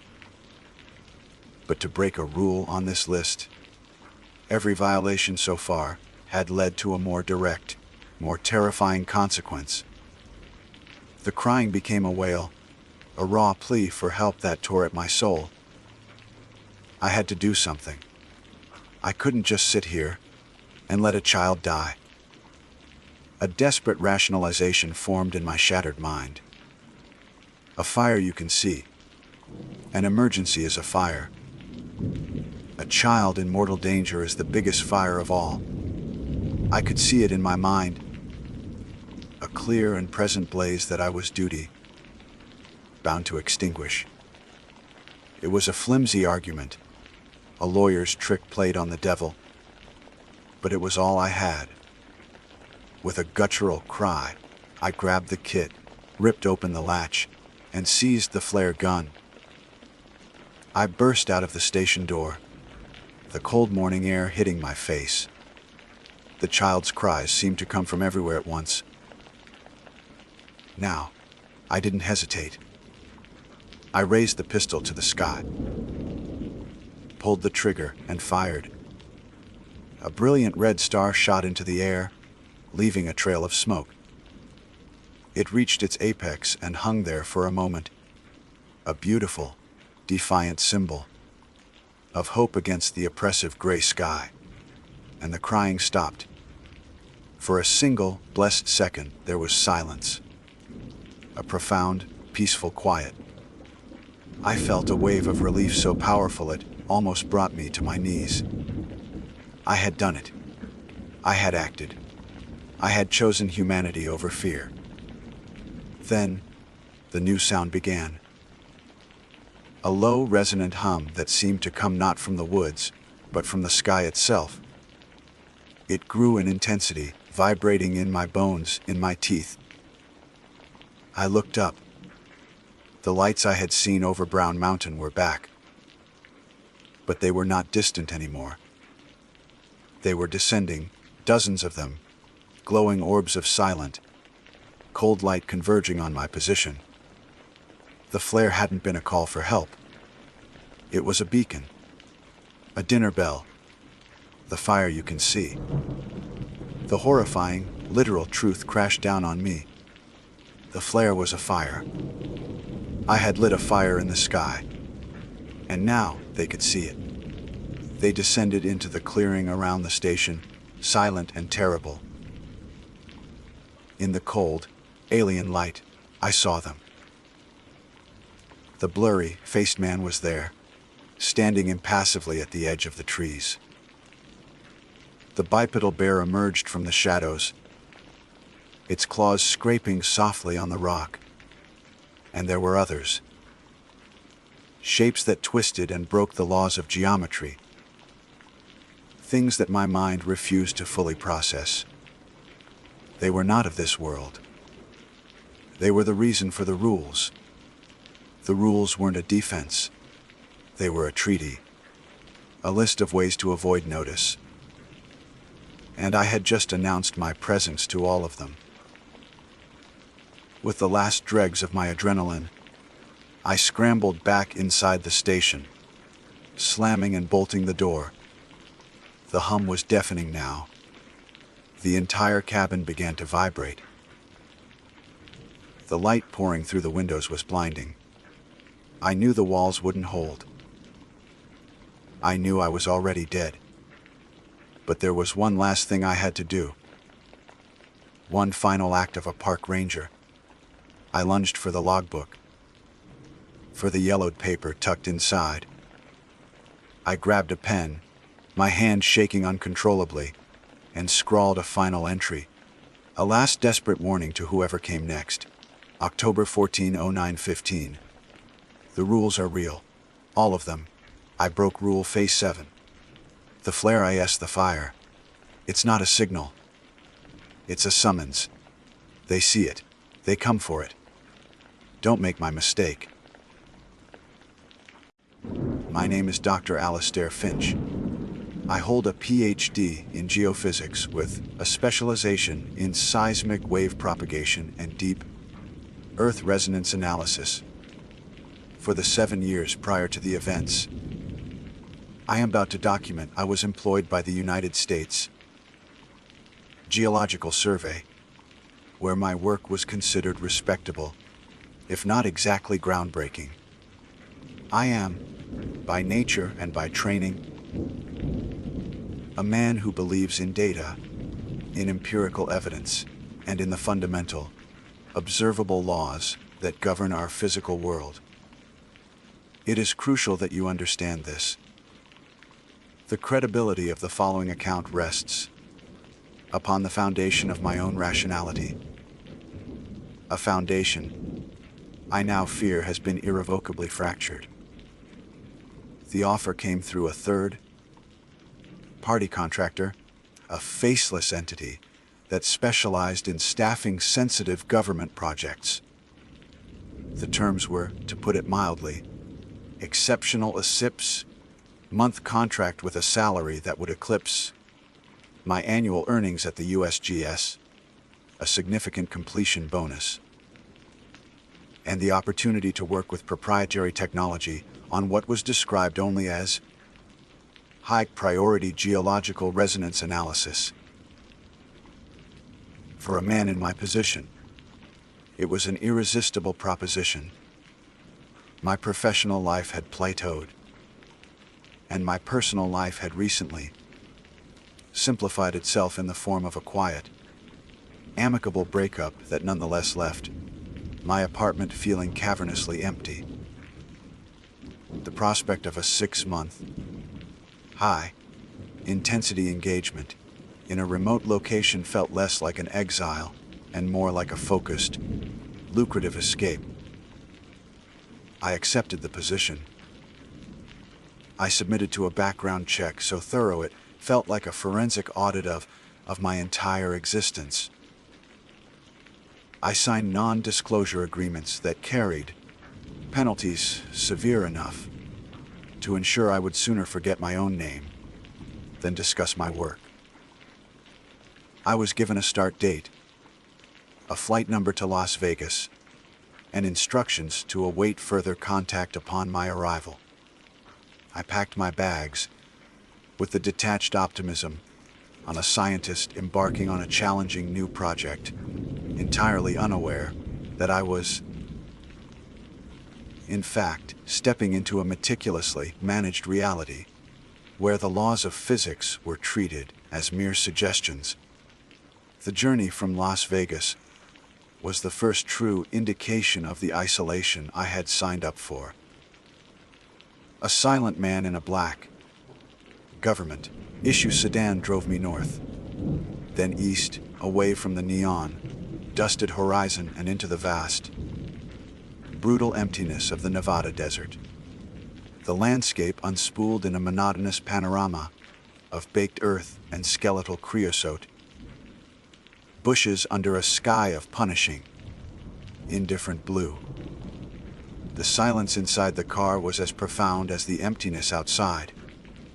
After 3 hours, we turned onto an unmarked, paved road that stretched toward the distant, shimmering mountains like a black, surgical scar on the flesh of the desert. Another hour passed before the facility came into view. It was not the gleaming, futuristic complex I might have imagined. It was a monument to brutalist architecture, a cluster of low, monolithic structures of raw, gray concrete and darkened, reflective glass that seemed to drink the harsh desert light and give nothing back. There was no sign, no fence, no visible security patrol. Only the stark, alien geometry of the buildings rising from the desert floor. It looked less like a research station and more like a mausoleum for a forgotten god. We pulled up to a subterranean entrance, a concrete ramp that descended into the earth. The air that greeted me as the car door opened was super heated and carried a strange, metallic tang, the scent of ozone and hot stone. My handler, a man named Elias Thorne, was waiting for me. He was tall, gaunt, and possessed a stillness that was deeply unsettling. His face was a mask of professional neutrality, and his eyes, when they met, seemed to be assessing integrity rather than acknowledging my presence. He did not offer a handshake. "Dr. Finch," he said, his voice as dry as the desert air. "Welcome to Esoterra." He led me through a series of sterile, white corridors that hummed with the low, constant thrum of industrial-grade ventilation. The air grew cooler, drier. Our footsteps echoed with unnerving clarity in the sound, dampening environment. There were no decorations, no informational posters, nothing to suggest human habitation beyond the bare necessities of function. Thorne handed me a security badge bearing my name and photograph, a key to a small apartment in the on-site residential block, and a single laminated card. "Your initial onboarding protocol," he stated, not explained. "Memorize it. Adherence is not optional." I took the card. I am a man accustomed to procedure, to checklists, to the rigorous protocols of a scientific laboratory. I read the card with the detached curiosity of a new employee, encountering a set of particularly stringent corporate policies, attempting to reverse engineer the logic behind each directive. The text was stark, black on white. Rule FAO 70. All personal biometric data must be purged from active terminals by 1900 local time. Compliance note. Non-compliance will result in immediate revocation of system access and a mandatory cognitive assessment. Rule 512. All westward-facing exterior shutters must remain fully sealed between 0500 and 0400. Compliance note. Visual confirmation is logged automatically. Do not attempt manual override under any circumstances. A Rule FEN 15 fee. Food and drink items are prohibited within Level 3 geological analysis. Water is permissible. Compliance note. Atmospheric particulates in this sector are highly reactive to complex organic compounds. A Rule FE 21C. Do not vocalize any numerical sequences discovered in raw resonance data. Transcribe only. Compliance note. Auditory resonance can cause sensor feedback loops. My mind immediately set to work rationalizing them. Rule FAO 7. An extreme but plausible cybersecurity measure. Perhaps biometric data left on the network could create a vulnerability. The cognitive assessment was likely just bureaucratic jargon for a stern-talking, 2 and a password reset. Rule 515th. Perfectly logical. Sensitive atmospheric sensors could easily be contaminated by organic molecules. I had worked in clean rooms with far stricter rules. Rule 521c also sensible. If we were dealing with highly sensitive resonance detectors, it stood to reason that certain auditory frequencies, even those produced by the human voice, could create feedback and corrupt the data. Rule 512 was the only one that gave me pause. Sealing shutters during a specific 2-hour window in the middle of the night seemed oddly specific. Perhaps it was related to satellite surveillance, or light pollution affecting some kind of nocturnal optical sensor. In any case, it was a simple enough directive to follow. They were strange rules, yes, but they existed within a framework of logic I could accept. I slid the card into my pocket, my scientific mind satisfied that it had solved the small puzzle. My first shift in Level 3 was a study in anticlimax. The lab was a vast, circular room, its walls lined with servers, and its center dominated by a holographic display that currently showed a slowly rotating, translucent image of the Earth's crust beneath our feet. My workstation was one of a dozen arranged in a wide circle, though only 3 others were occupied. My colleagues offered curt nods, but no conversation. The silence was broken only by the hum of the servers and the soft clicking of keyboards. The work itself was fascinating. The raw data streams detailed seismic and geological resonance patterns unlike anything I had ever seen. They were complex, semi-repeating, and possessed a level of structural coherence that bordered on artificial. Yet they were not impossible. I theorized we could be observing a novel form of crystalline stress propagation or a previously undocumented magnetotelluric phenomenon. I spent hours engrossed, transcribing the numerical sequences as per Rule 521, feeling the familiar thrill of scientific discovery. The day passed in a blur of focused work. It was 1915 when I finally packed my briefcase, my mind still churning with data. I walked back through the silent, sterile corridors toward the residential block, feeling a sense of satisfaction. It was only as I reached the door to my apartment that a cold knot of dread formed in my stomach. My terminal. In my haste and fascination, I had forgotten to purge my session. I had broken Rule 507 on my very first day. Cursing my own carelessness, I turned and hurried back toward the lab, my footsteps echoing my rising anxiety. The cognitive assessment was probably nothing, I told myself, but the thought of facing Elias Thorne to explain my incompetence on day 1 was mortifying. As I approached the entrance to Level 3, I slowed. The main door was propped open slightly.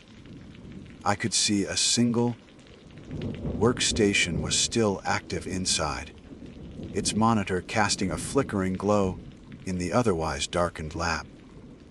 I crept closer, peering through the gap. It was a senior researcher I'd briefly seen earlier, a woman whose badge read Dr. Aris Thorne. No apparent relation to Elias, I hoped. She was hunched over her keyboard, typing with a frantic, desperate energy. Her screen was not displaying geological data. It was bathed in a pulsing, aggressive red light, and large block letters flashed over and over her key. SSPSRQIRID, Puro ofo alatio o giderel fauzo 7. Her back was to me. But I could see the tension in her shoulders, the way her entire body was coiled like a spring. She was muttering to herself, the words too low to be distinct, but the tone one of pure, unadulterated terror. It was not the sound of someone frustrated by a system lockout. It was the sound of someone pleading. I stood frozen for a moment, my own forgotten login completely erased from my mind. The clinical, rationalized world I had constructed around this place began to crack. The cognitive assessment was not a reprimand. The rules were not just quirky corporate policy. I was witnessing the raw, terrified consequence of breaking one. And it was nothing I could explain away with logic. She never saw me. I backed away from the door as silently as I had approached, my heart hammering against my ribs.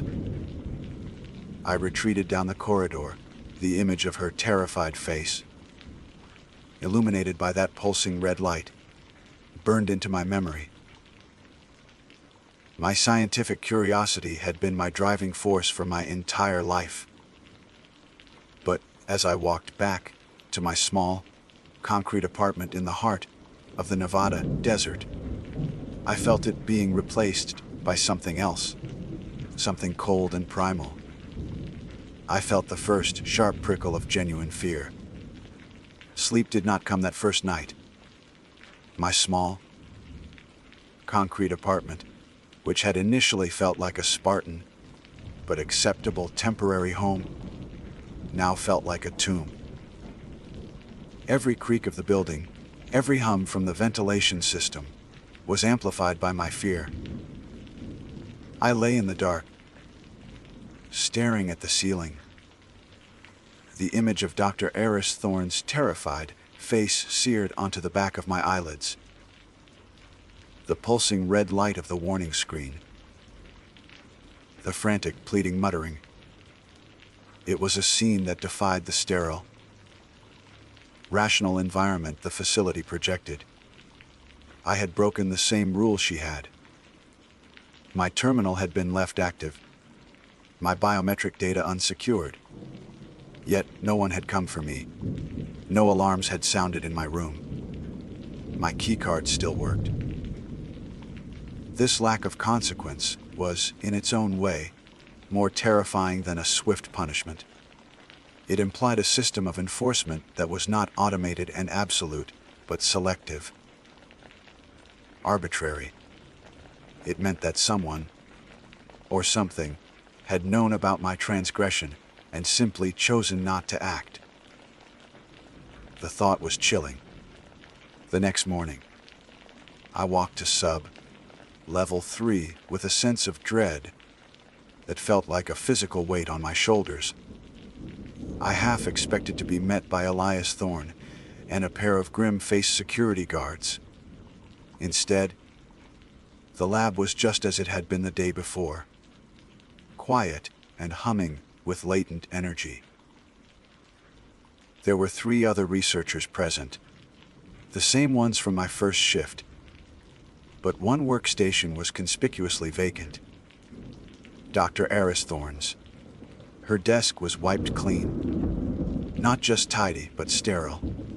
There was no personal mug, no stray papers, no indication that a human being had spent hours working there just the day before. It was as if she had been digitally and physically erased from existence. I settled at my own terminal, my hands trembling slightly as I logged in. The system greeted me with the standard interface. No warnings, no red screens. It was unnervingly normal. Throughout the morning, I tried to engage my colleagues in conversation, to casually probe for information. I started with the man nearest me, a portly, balding physicist named Dr. Jian Lai. Quiet morning. I began, my voice sounding strained to my own ears. Dr. Thorne must be taking a personal day. Dr. Lee didn't look up from his screen. He gave a slight, almost imperceptible shake of his head. I would advise you to focus on the data, Dr. Finch. He murmured, his tone flat and final. It was not a suggestion, it was a clear, unequivocal warning. I tried a similar approach with the other two researchers and received responses that were either equally evasive or outright ignored. They were afraid. The fear in this room was a palpable force, a low-frequency resonance that vibrated just beneath the surface of the professional silence. Eris, Thorne was gone, and we were all expected to pretend she had never been here at all. I took their advice. I threw myself into the work, hoping the familiar comfort of data analysis could build a wall against my growing paranoia.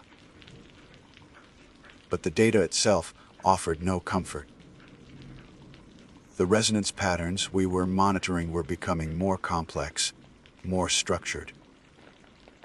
They were not random geological noise. On my screen,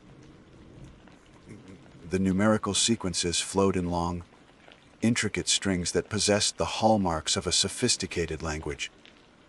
There were repeating motifs, syntactical structures, and a level of complexity that dwarfed any natural phenomena I had ever studied. My scientific mind reeled with the implications. We weren't listening to the Earth. We were eavesdropping on a conversation. Rule Fate 21. Do not vocalize any numerical sequences. Took on a terrifying new significance. What would happen if one were to speak these numbers aloud? Would it be like speaking a word of power? A command? A name? The temptation to whisper just a short sequence, to hear its cadence, was a maddening scientific impulse that I had to physically suppress. 2 weeks passed in this state of high, strung, silent tension. I followed the rules with the devotion of a zealot. I purged my terminal at 1859 every evening. I never brought so much as a coffee into the lab. I transcribed the endless, silent numbers. And every night, I would lie in bed and think about rule. All westward, facing exterior shutters, must remain fully sealed between 0200 and 0400. It was the one rule that dealt with the outside world. A world I was beginning to feel was not as empty as it appeared. My apartment was on the 3rd floor of the residential block, my window facing due west, looking out over a vast, featureless expanse of desert that stretched to the jagged black line of the distant mountains. Every night at 0200 sharp, a heavy, multi-layered metal shutter would slide down over the reinforced glass, sealing me in with a deafening thud. My curiosity festered. What was out there in the dark that the facility's administration was so desperate to keep us from seeing? The official rationale I'd invented, satellite surveillance, light pollution, now seemed laughably naive. One afternoon, a facility-wide memo appeared on our terminals, a single chilling addendum to the existing protocols. ADDNDMTO rel E512. Personnel are reminded that any attempt to record audio from the western exterior of the facility during the Yoder 2500 Yo 400 seal is a Level 4 protocol violation. The facility's acoustic dampening is rated sufficient for all operational requirements. That was it. That was the tipping point. They weren't worried about us seeing something. They were worried about us hearing it. The rule wasn't just about a visual phenomenon. It was about an auditory one so powerful that the thick concrete walls and soundproofed windows of this billion-dollar facility were considered merely sufficient to block it. My scientific training, the very core of my being, that demanded evidence and observation, could no longer be suppressed by fear.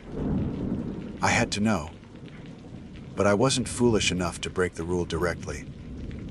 I couldn't use a microphone or a camera. I needed a low-tech, deniable method of observation. I needed a witness and had no voice and no memory that could be audited. That night, I devised a simple experiment. I took the plain glass tumbler from the bathroom and filled it with water, placing it carefully on the wide, interior sill of my westward-facing window. My hypothesis was simple.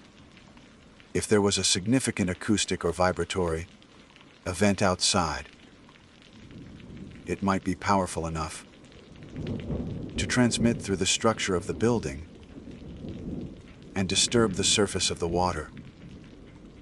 It was a seismograph of the most primitive kind. I watched the clock, my heart rate accelerating as 002C100 approached. At the precise second, the shutter slammed down, the sound echoing through my small room like a gunshot. The silence that followed was absolute. I turned off the lights and sat in my desk chair, my eyes fixed on the glass of water, a pale circle in the gloom. For the first hour, nothing happened. The water remained as still as glass. I began to feel foolish, my paranoia getting the better of me. Then at 0307, I felt it. It wasn't a sound. It was a pressure. A deep, subsonic thrumming that started at the base of my skull and vibrated down my spine. As a geophysicist, I was intimately familiar with seismic vibrations, with the tremors of the earth. This was not that. This was directional. It was pressing in on the western face of the building, a physical force that the structure seemed to groan against. It was rhythmic, like a colossal heartbeat, or the purr of some impossibly large engine. I looked at the glass. My breath caught in my throat. On the surface of the water, tiny, concentric ripples were forming. They pulsed in perfect synchrony with the vibrations I felt in my bones. The patterns were intricate, geometric, like the somatic figures I had once created in a university lab, but infinitely more complex. They would form, hold for a second, and then dissolve as a new, more elaborate pattern emerged. It was mesmerizing and utterly terrifying. This was the source of the data. The geological resonance was not coming from beneath us. It was coming from out there. The thrumming, the pressure, the impossible ballot in the water glass. It all stopped at exactly 0400. The cessation was so abrupt that the resulting silence felt like a physical blow. I sat in the dark for a long time, my mind struggling to process what I had just witnessed. I had my proof. The rules were not arbitrary. They were a shield, protecting us from a phenomenon that was real, physical, and right outside our walls. I waited until the first hint of dawn grayed the sky before I moved. The shutters were programmed to retract at sunrise. I stood before the window, waiting. With a low hum, the heavy metal shield slid upwards, revealing the harsh beauty of the desert morning. I looked out, half expecting to see some great trench or piece of machinery. But there was nothing. just sand rock and the indifferent blue sky. My eyes fell to the glass of water. It was still, but my gaze drifted past it to the exterior of the thick, reinforced window pane itself, and then I saw it. My blood ran cold. Pressed against the center of the glass, 5 feet from the nearest ledge and 3 stories up from the desert floor, was a handprint. It was perfectly formed in a thin layer of dust, as if someone had reached out and placed their palm flat against the window during the night. But the hand was impossibly long and slender, and it had 6 fingers. The handprint was a declaration of war against my sanity. I stood frozen before the window for what felt like an eternity, my scientific mind battling a tidal wave of primal terror. My first impulse was to recoil, to scrub the offending image from existence. My second, overriding impulse was that of the scientist. I had to document it. I couldn't use my phone. Any unauthorized photography was grounds for immediate termination, and likely far worse. So I grabbed a notepad and a pencil, my hands shaking so violently that my first few lines were jagged, meaningless squiggles. Forcing myself to breathe, I began to sketch, my mind grasping for the anchor of scientific process. I noted the dimensions. The palm was unnaturally narrow, the fingers elongated to nearly twice the length of my own. The 6th finger branched from the base of the palm, parallel to the thumb, giving the print a grotesque, arachnid symmetry. There were no discernible whorls or loops of a typical fingerprint, only a fine, stippled texture like worn leather. It was pressed against the glass 3 stories up, with no ledge, no scaffolding, no conceivable point of purchase.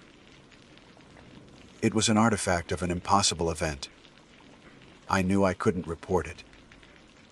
Reporting it would be an admission that I had, in some way, been observing the window during the O2 400 seal. It would expose me to the same scrutiny that had erased Dr. Eris Thorne. The handprint was my secret, a terrifying piece of data that I alone possessed. As the sun climbed higher, the warmth began to evaporate the thin film of condensation on the glass, and, with it, the dusty imprint began to fade. Within an hour, it was gone, leaving only my frantic sketch as proof it had ever existed. Walking into Level 3 that morning was like stepping into a different reality. The air, once merely sterile, now felt charged with a predatory stillness. The low hum of the servers sounded less like machinery and more like the breathing of a sleeping beast. I looked at the streams of numerical data flowing across my screen, the complex, semi-repeating sequences I had been so fascinated by. I was no longer looking at abstract geological resonance. I was looking at the written language of thing that had touched my window. The thought made my blood run cold. Every number I transcribed felt like handling a venomous snake. My self-imposed isolation was no longer sustainable. I needed an ally, or at the very least, a source of information beyond my own terrified deductions. My gaze fell upon Dr. Janley. He was older than the rest of us, a man who'd likely been at Esoterra for years. He had warned me off once, but the stakes had changed. The threat was no longer a vague administrative punishment. It was a 6-fingered hand on my window. I waited until a lull in the day. When the other two researchers had left for their lunch break, I walked over to Lee's workstation. He stiffened as I approached, his eyes fixed resolutely on his monitor. "Dr. Lee," I began, keeping my voice low and steady. "I need to ask you about Rule Fen 15.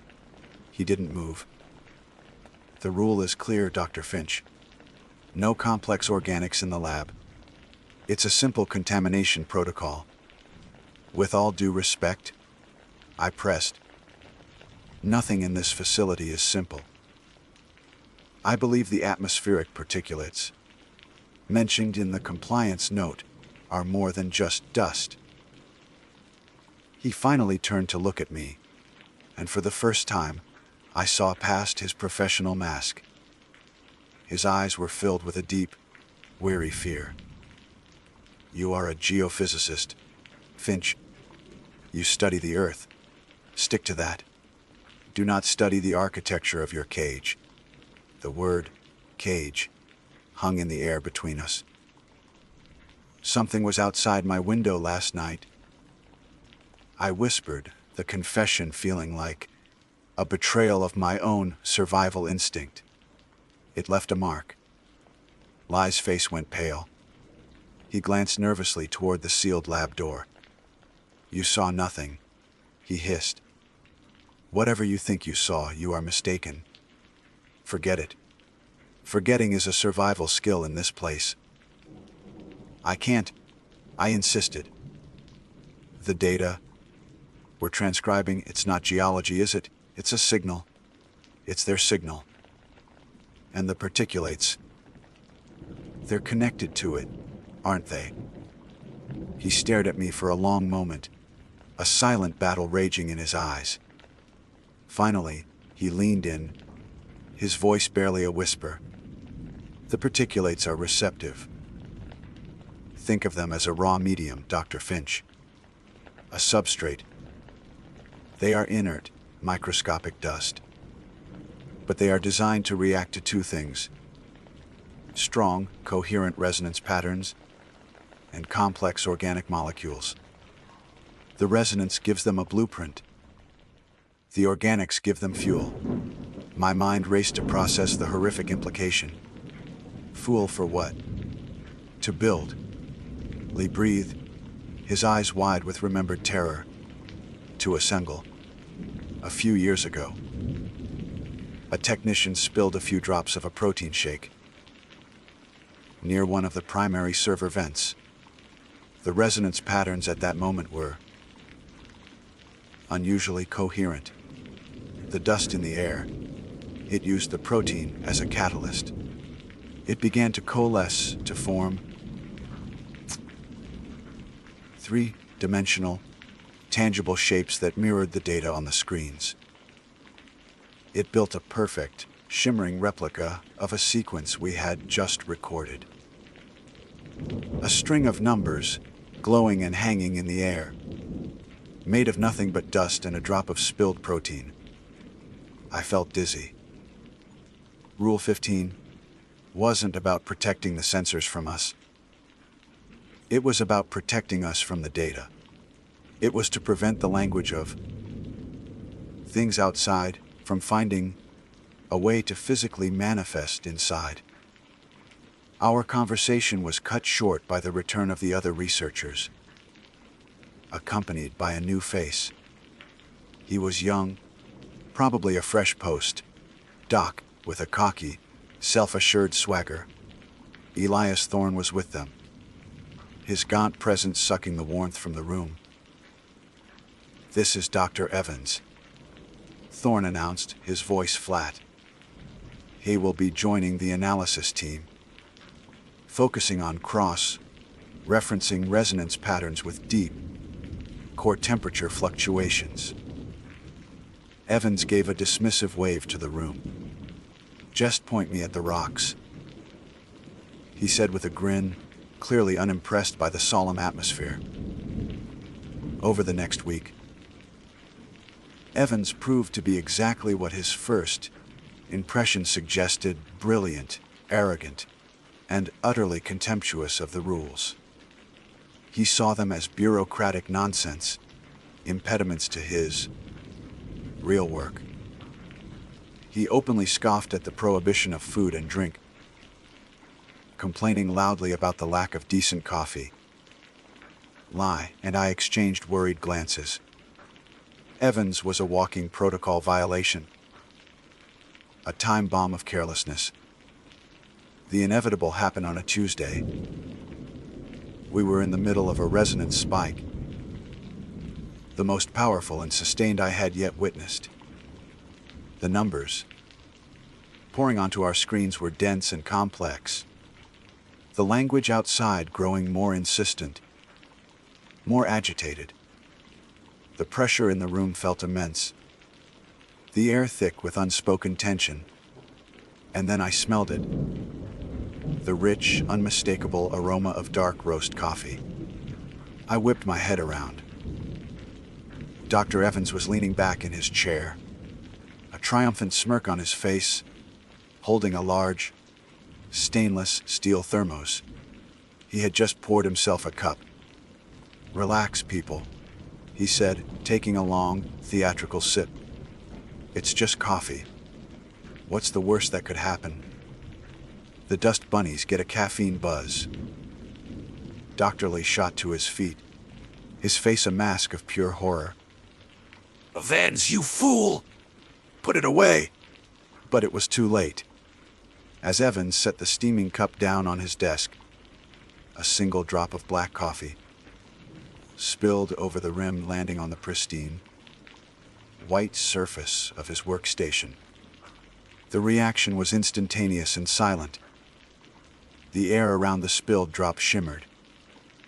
The microscopic, invisible particulates we had been breathing, the receptive dust, were drawn to it. It was like watching iron filings align to a magnet, but in 3 dimensions. A small, swirling vortex of glittering dust, no bigger than a fist, formed directly over the coffee droplet. The liquid was consumed, drawn up into the vortex, not as steam, but as a catalyst. The vortex began to glow with a soft, internal, blue-white light. And then it began to change. With a smooth, silent, and utterly horrifying precision, the swirling dust coalesced. It elongated, twisted, and solidified, hanging in the air, exactly where the steam from the coffee cup should have been, was a glowing, 3-dimensional object. It was a perfect, tangible manifestation of the first numerical sequence on Evans's screen. The number 7, followed by a complex, alien glyph that looked like a stylized, 6-fingered hand. It pulsed with a soft, malevolent light, a piece of a language not meant for human eyes, now given physical form in our sterile lab. Evans stared, his arrogant smirk gone, replaced by slack-jawed terror. The thermos slipped from his nerveless fingers and clattered to the floor. The main lab door hissed open. Elias Thorne stood there, flanked by 2 security personnel in heavy, tactical gear. But he wasn't looking at Evans. His cold, assessing eyes were fixed on the glowing symbol hanging in the air. And on his face was not anger or surprise, but the grim, wary resignation of a man who knew this was not a breach of protocol, but a breach of containment. The silence in the lab was absolute, broken only by the frantic, ragged gasps of Dr. Evans. The glowing symbol, a piece of impossible language given form, hung in the air like a declaration of cosmic treason. Elias Thorne's reaction was not one of panic, but of chilling, practiced efficiency. He raised a small, black device from his belt and pointed it at the manifestation. He didn't speak. He simply pressed a button. There was no sound, but the air itself seemed to scream. The glowing glyph convulsed violently, its light flickering like a dying star. It folded in on itself, the elegant, alien lines collapsing into a chaotic scramble, before dissolving completely, falling to the floor as a shower of inert, gray dust. The two security personnel moved past Thorn with a terrifying, fluid grace. They didn't address the protocol violation. They addressed the violator. One clamped a hand over Evans's mouth to stifle his hysterical babbling, while the other lifted him from his chair. If he weighed nothing, he requires recalibration.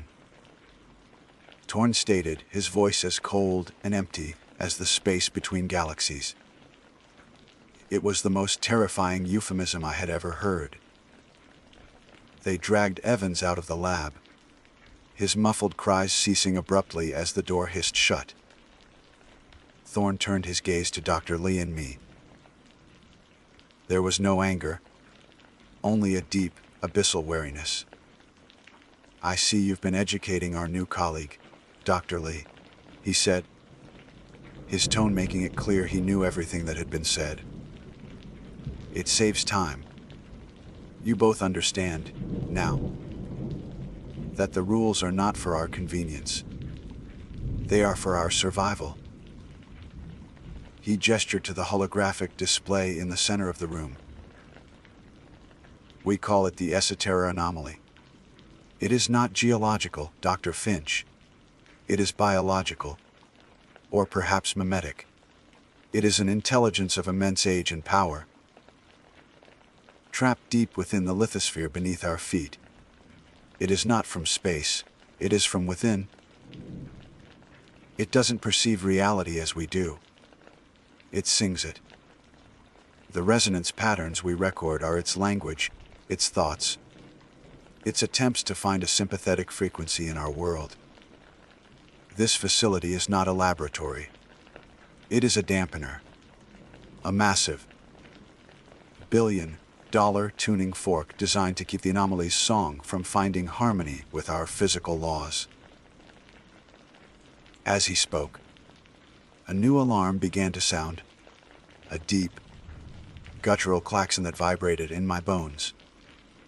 The primary lighting grid flickered and died, plunging the lab into the stark, crimson glow of the emergency system.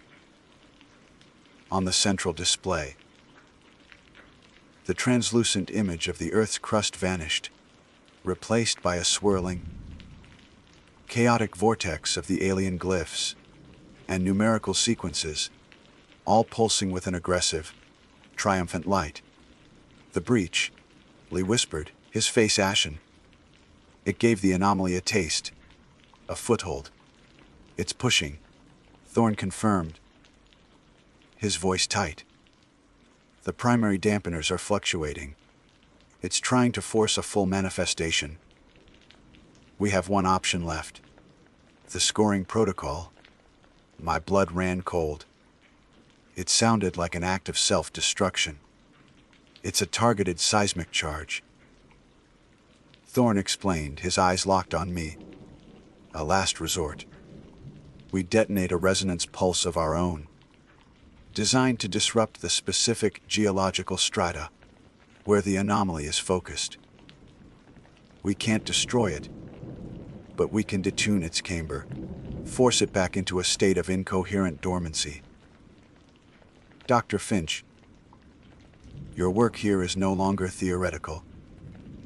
I need you to target the charge. You can read the propagation data. You understand the wave mechanics better than any of us. You are the only one who can make this shot." The choice was not a choice. It was a conscription. We ran from the lab, down corridors that now seemed actively hostile. The air was thick with shimmering dust, coalescing in the corners of my vision, in fleeting geometric shapes. The numerical sequences were no longer confined to screens. They were etching themselves onto the concrete, walls in faint, glowing lines, a constant, silent scream. We passed an open doorway to a small break room. On a table sat a forgotten, half-eaten apple. The organic matter had become a nucleus for a pulsating, tumorous mass of crystalline fibers that twitched and grew even as we watched. A grotesque fusion of orchard and alien geometry. Our destination was Level 7, the seismic core. The journey felt like a descent into hell. The vibrations grew stronger with every level we descended, the klaxon a constant, maddening heartbeat. The core was a vast, spherical chamber, its walls a mesh of conduits and glowing sensors. In the center, suspended in a web of magnetic containment fields, was the scorer, a massive, drill-like device tipped with a complex array of resonance emitters. A single control console stood on a gantry overlooking it. The vibrations were now so intense that the metal floor hummed, and my teeth ached in my skull. The air was alive with dust, forming and dissolving six-fingered hands that reached for us from the shadows. Lee and Thorne stood back to back, using handheld sonic emitters to dissipate the larger manifestations that swirled around us. Finch, now! Thorne yelled over the din. I scrambled onto the gantry, my hands flying over the console.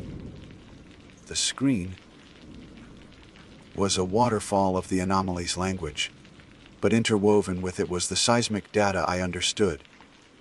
I had to isolate the primary frequency of the anomaly, calculate the precise counter frequency, and aim the scorer at a point 5 miles beneath our feet, a task requiring hundreds of minute calculations. As I worked, the numbers on the screen began to speak in my mind. It was not a sound, but a direct transmission of concepts, of knowledge, of promises of understanding the fabric of the universe. A six-fingered hand of pure thought reached into my consciousness, offering to guide my fingers to show me the correct answer. It was the ultimate temptation, the final test of Rule Phi 21. I squeezed my eyes shut, focusing only on the pure mathematics, on the cold, hard physics. I ignored the siren song of the numbers. I saw the target solution, a fleeting window of opportunity. With a guttural cry, I locked in the final coordinates and slammed my palm down on the large, red activation panel. The klaxon stopped. The vibration ceased. The world did not erupt in fire and thunder, but in its opposite. A wave of pure, absolute silence expanded from the scorer. It was not the absence of sound. It was the sound of absence. A null wave that erased everything it touched. I saw it wash over the coalescing dust, forms turning them to nothing. I saw it hit Lie and Thorne, their forms dissolving like smoke. I felt it coming for me, a wave of perfect, cleansing oblivion. And then, nothing. I awoke to the sting of grit in my eyes and the heat of a rising sun on my face. I was lying in the sand, miles from the facility, or where the facility had been. In the distance, a vast, smoking crater scared the desert floor, a wound in the earth that was still weeping smoke into the morning sky. I was alone. I staggered to my feet, my body aching. I checked my pockets, my wallet, my keys, and the single, laminated card with the rules. I started walking towards the distant, shimmering line of the highway, a lone survivor of a war no one knew had been fought. I am writing this now from a cheap motel room, hundreds of miles away. I am writing it because I have to. I am the only record. But that is not the only reason. I am writing because the silence did not last. The numbers are still in my head. They are a part of me now, etched into my memory, my DNA. Sometimes I find myself humming a sequence without realizing it. A complex, resonant melody that makes the lights flicker. I can feel the resonance of the earth wherever I go. A low, constant hum that is growing stronger. I am a carrier. I am the escaped song. I fear I am just looking for the right catalyst. A spilled drink. A moment of weakness. A single drop of blood. Just now, as the evening sun slanted through the grimy window, I saw it. There, on the dusty glass, perfectly clear in the fading light. A handprint. My handprint. And it has 6 fingers. My name is Jackson Riley. And for the better part of a decade, I wore the khaki and green of the National Park Service with a deep sense of pride. I was a park ranger, a steward of the wild places, a man who found more solace in the whisper of wind through pine trees than in the clamor of any city. My life had been one of order, of predictable seasons, of tracking wildlife and educating hikers on the importance of leaving no trace. It was a good life, a meaningful one, until it wasn't. The sudden loss of my wife, Sarah, in a senseless car accident shattered that order, replacing the peaceful quiet of the forest with a roaring silence in my heart. The wilderness, once my sanctuary, became a gallery of shared memories, each trail and vista a painful reminder of what I had lost. I couldn't escape her ghost in the familiar woods of Colorado, so I sought an escape of a different kind, isolation. True, profound, and absolute isolation. That's how I found myself accepting a position that most would consider a form of self-imposed exile. I took a job as a fire lookout for the Florida Forest Service, stationed at the Oak Haven Tower, a relic from the 1950s, planted deep within the sprawling, untamed wilderness of the Apalachicola National Forest. The posting was for 6 months, from the blistering peak of summer through the humid, mosquito, thick autumn. The pay was modest, but the promise of solitude was priceless.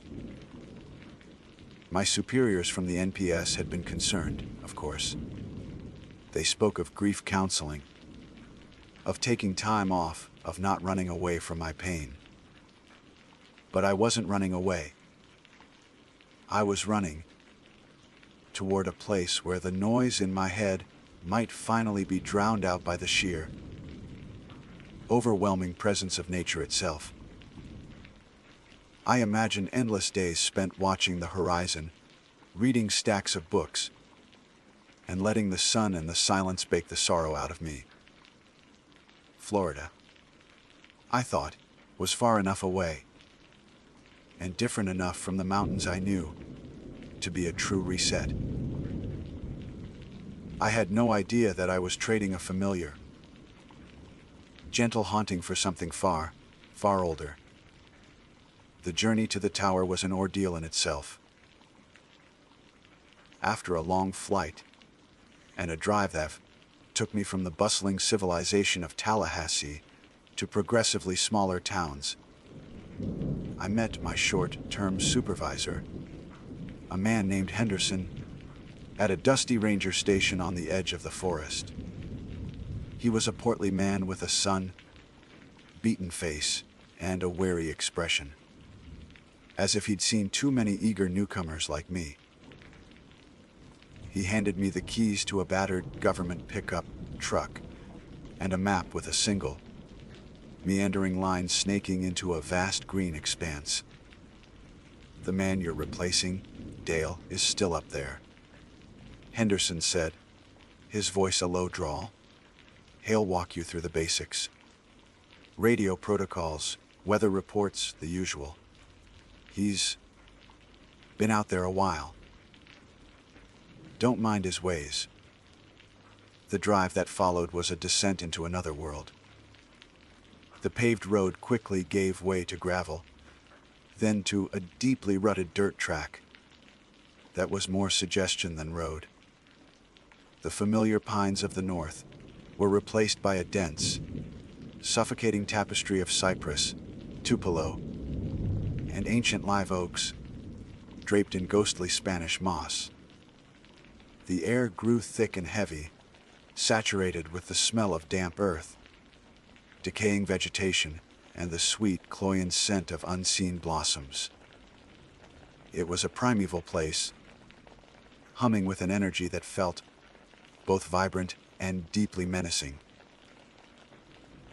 The sunlight struggled to pierce the dense canopy, casting the forest floor in a perpetual twilight. Every so often, the track would cross a stretch of blackwater swamp, the water as still and dark as polished obsidian, hiding whatever lurked beneath its surface.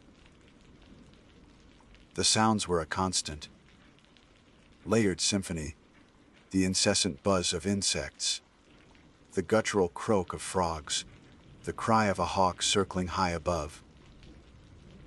It was a world away from the crisp, clean air of the Rockies. This was a place that felt ancient, a place that had swallowed people whole and barely registered their passing. After nearly 2 hours of jostling and navigating the treacherous track, I saw it, rising from a small, man-made clearing.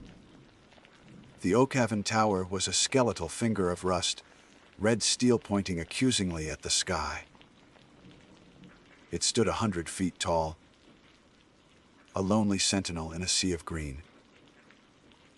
The clearing around its base was overgrown with weeds, and a small, dilapidated cabin sat nearby, its windows dark and empty. The whole place radiated an aura of profound neglect and loneliness. As I parked the truck, the cabin door creaked open and a man emerged, squinting in the harsh sunlight. This had to be Dale. He was wary and thin, with a leathery, sun-wrinkled face and a wild mane of gray hair. His eyes, however, were what struck me the most. They were pale blue, washed out and perpetually wide, darting around as if he were constantly scanning for unseen threats. He moved with a stiff, cautious gait, like an animal wary of a trap. "You the new fella?" he rasped, his voice like dry leaves skittering across pavement. "Jackson Riley." "Jack," I said, extending a hand. He stared at it for a moment before giving it a brief, dry shake. His skin was like parchment. "Dale," he said, and that was all. He turned and began walking me toward the base of the tower. "Henderson, send the supplies." "In the truck. He said you'd show me the ropes."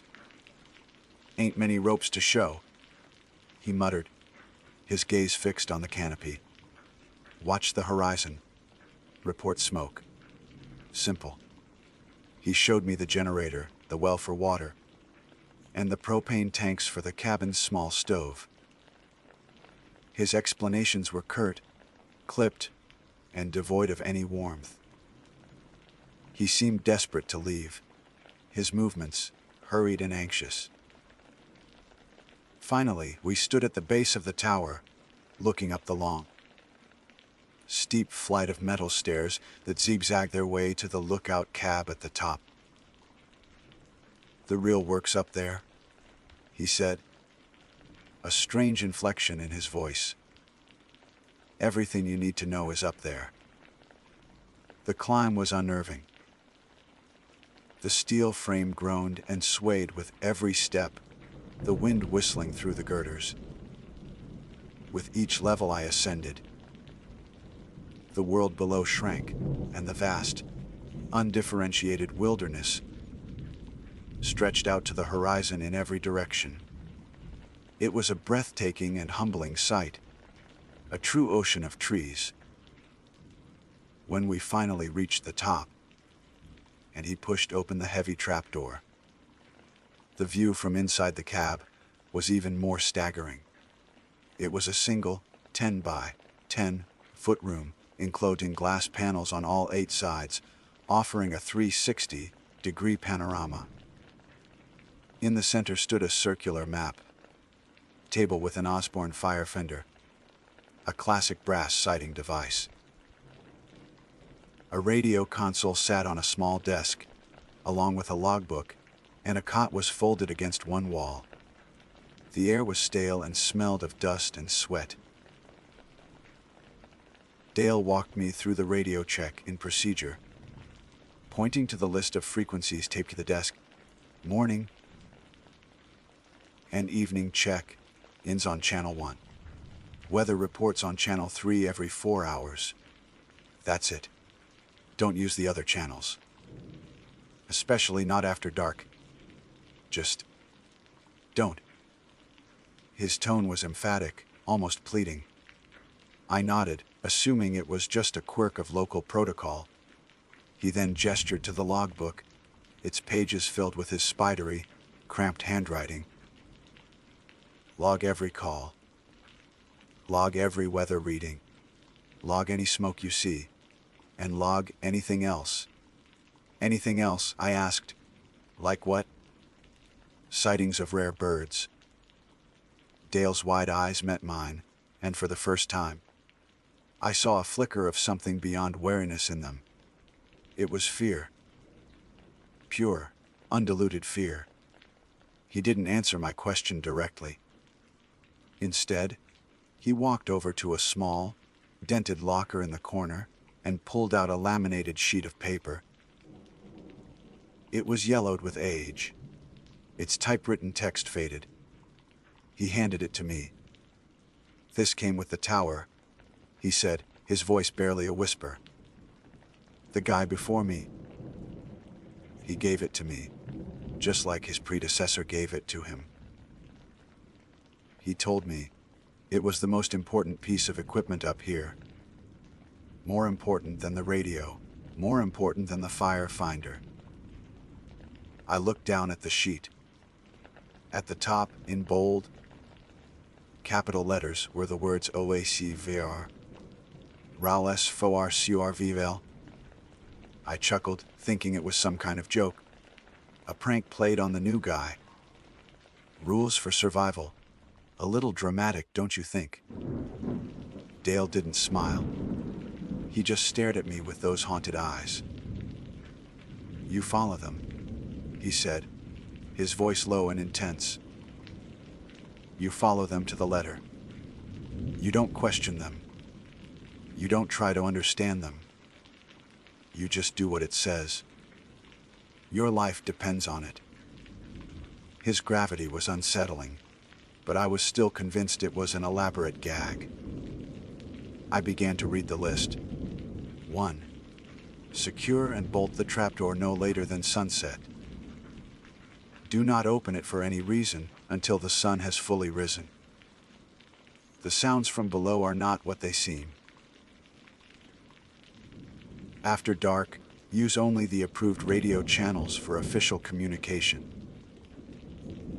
If you hear a voice on any other frequency, especially one that whispers your name, turn the radio off immediately, and do not turn it back on until morning.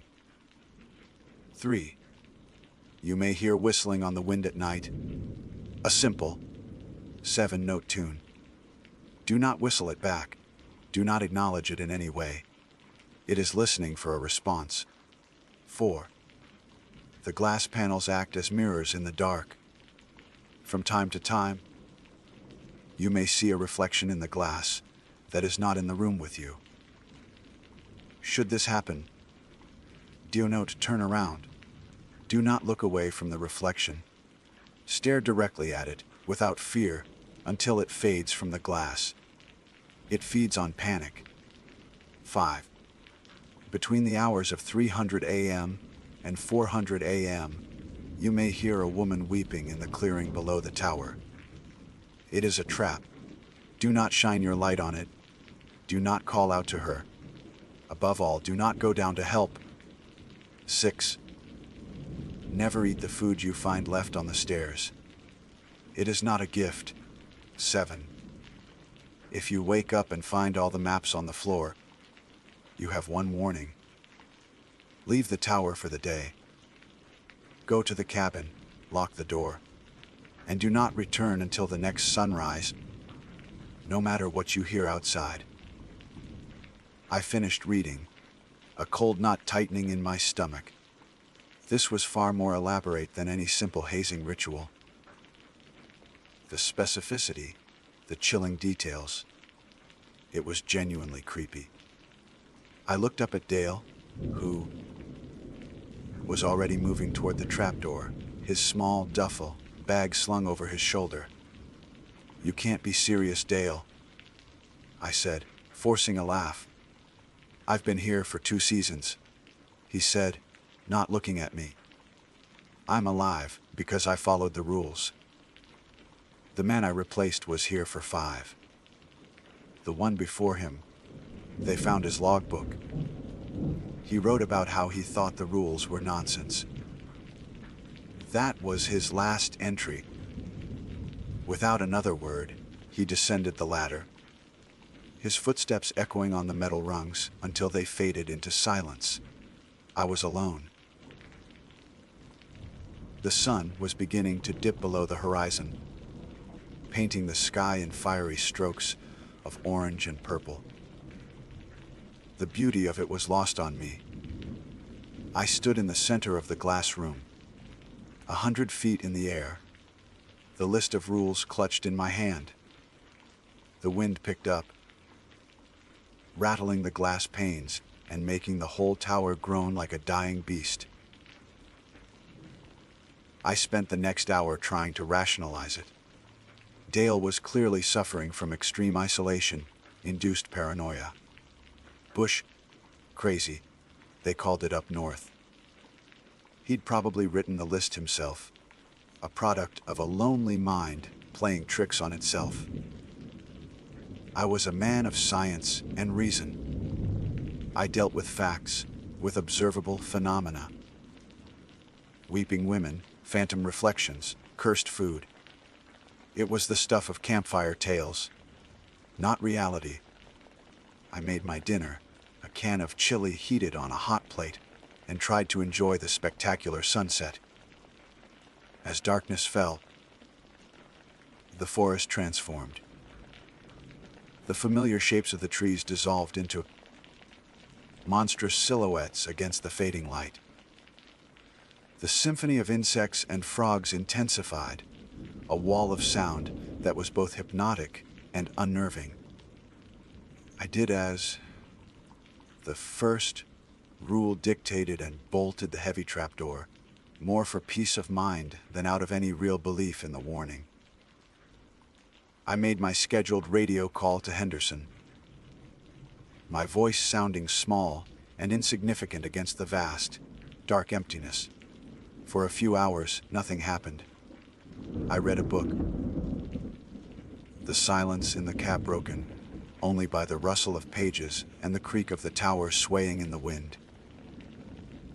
My skepticism returned, stronger this time. I felt foolish for letting the old man's spooky stories get to me. Around 11 p.m., I decided to turn in. I was exhausted from the journey and the emotional weight of the past few months. I lay on the cot, staring up at the ceiling, my mind drifting. The wind was a constant presence, a low moan that seemed to carry whispers from miles away. And then I heard it, faint at first, almost lost in the wind, but unmistakable. A whistle. It was a simple, clear 7. Note tune that rose and fell with the gusts of wind. It sounded like it was coming from everywhere at once. My blood ran cold. I sat bolt upright, every muscle in my body tensed. Rule 3. Do not whistle it back. Do not acknowledge it. It was just the wind, I told myself. The wind moving through the steel, girders through a crack in a window pane, creating a fluke of a sound. It had to be. But the tune repeated, exactly the same as before. Melodic, intentional. My heart hammered against my ribs. I squeezed my eyes shut, trying to block it out, focusing on the rational explanations. But the sound persisted, a playful, patient, and utterly terrifying melody, weaving its way through the night. I was a ranger. I had faced down bears and mountain lions. I had slept alone in the deepest wilderness. I had never felt a fear like this. After what felt like an eternity, the whistling stopped, as abruptly as it had begun. The silence it left behind was somehow heavier, more menacing. I stayed frozen on the cot, straining my ears, but there was only the wind. Eventually, my exhaustion began to outweigh my fear. I convinced myself again that it was a trick of the wind and my overactive imagination, fueled by Dale's absurd list. I lay back down, but sleep would not come. I must have drifted off at some point, because I was startled awake by a different sound, a soft, rhythmic scratching. It was coming from the trapdoor. Scrape, scrape, scrape. It sounded like a branch, I thought. Maybe the wind was knocking a loose cable against the metal. But the rhythm was too steady, too deliberate. It sounded like fingernails. My breath hitched in my throat. I remembered the first rule. Do not open it for any reason until the sun has fully risen. The sounds from below are not what they seem. I stayed perfectly still, listening. The scratching stopped. Silence, I waited, my ears ringing. And then a new sound. A soft, wet thump against the glass panel to my right. And another, and another. I slowly, hesitantly, turned my head. The vast, inky blackness of the night was pressed against the glass. But in the faint starlight, I could see them. Handprints. Dozens of them. Appearing on the glass, one after another. They were large, too large to be human, and they were smeared and wet, as if the hands were coated in mud or blood. They started at the bottom of the panel and were slowly, methodically, climbing their way up the outside of my glass cage 100 feet in the air. Panic seized me, cold and sharp. My first instinct was to scream, to scramble for the radio, to turn on my flashlight. But as I lurched to my feet, my headlamp beam cut across the room and hit the glass panel directly opposite, the one with the handprints. And I saw it. For a split second, in the reflection, I saw the room behind me. The cot, the desk, the map table. And standing next to the map table, a figure. It was tall and unnaturally thin, its limbs too long. Its form shrouded in what looked like wet leaves and dark soil. It was turned away from me, its head cocked as if listening. Then it began to turn its head toward my reflection. Dale's voice screamed in my memory.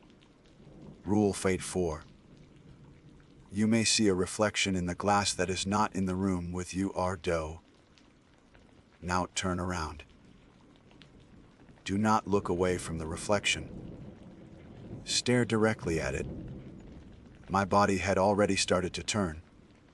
My muscles screamed in protest, as I forced myself to stop, to freeze. My gaze was locked on the reflection in the glass. The figure in the reflection slowly turned its head, and I saw a face that was a pale, featureless oval, smooth like a stone from a riverbed. There were no eyes, no nose, no mouth. Just a blank, white mask of a face.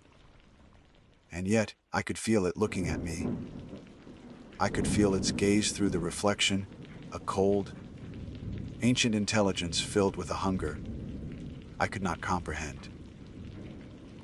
I stood there, paralyzed, my breath a ragged gasp. My world had shrunk to that 10 by 10-foot room, and the impossible thing sharing it with me. The scratching had stopped. The handprints had stopped appearing. There was only the sound of the wind, the pounding of my own heart, and the silent, sightless stare of the thing in the mirror. And the rule, the insane, life-saving rule, echoing in my mind, stared directly at it, without fear, until it fades from the glass. However, we soon discovered why. But how do you stare without fear that has just torn your entire understanding of reality to shreds? Time ceased to have meaning. Seconds stretched into glacial epochs, each one a monument to pure, unadulterated terror. My universe had contracted to the space between my eyes and the pane of glass in front of me, where the impossible reflection held me captive. Every rational thought, every memory of a world governed by logic and physics, had been annihilated, replaced by a single, screaming imperative: do not turn around. My heart hammered a frantic, syncopated rhythm against my ribs, a drumbeat for ritual I didn't understand. My lungs burned. Starved for air, I was too terrified to draw. I could feel the muscles in my neck and back screaming, coiled tight and ready to spin me around. Face the thing that was, by all accounts, standing just a few feet behind me. But the rule, Dale's desperate, whispered warning, was a dam holding back the flood of instinct. I forced myself to study the reflection, to absorb the details of the nightmare. The creature's form was indistinct, a mockery of a human silhouette woven from shadow, damp earth, and decaying leaves. Its limbs were too long, bent at angles that suggested broken bones. Yet it stood with an unnatural stillness. The most horrific part was its head, that smooth, pale, featureless oval. It was a void, a canvas wiped clean of identity. Yet it projected an aura of immense, ancient malice. I felt its attention on me, a palpable pressure against my mind, a cold, curious probing. It was an intelligence that did not operate on any human level. It was alien, primeval, and it was in my room. A wave of nausea washed over me as I fought the urge to vomit. The command from the rule, stared directly at it, without fear, was an impossibility. Fear was all I had. It was the air I was breathing, the blood in my veins. But I tried. I forced my trembling legs to lock, my gaze to remain steady. I tried to project an image of defiance, to mimic the courage the rule demanded. I imagine it was like facing a predator in the wild. You don't show weakness. You don't break eye contact. But this was no bear or wolf. This was a violation of nature itself. Slowly, almost imperceptibly, the reflection began to change. The edges of the figure started to blur, to lose their cohesion, like ink bleeding into water. The featureless face seemed to recede, to dissolve back into the shadowed interior of the reflected room. It wasn't moving away. It was simply unbecoming. The process was agonizingly slow.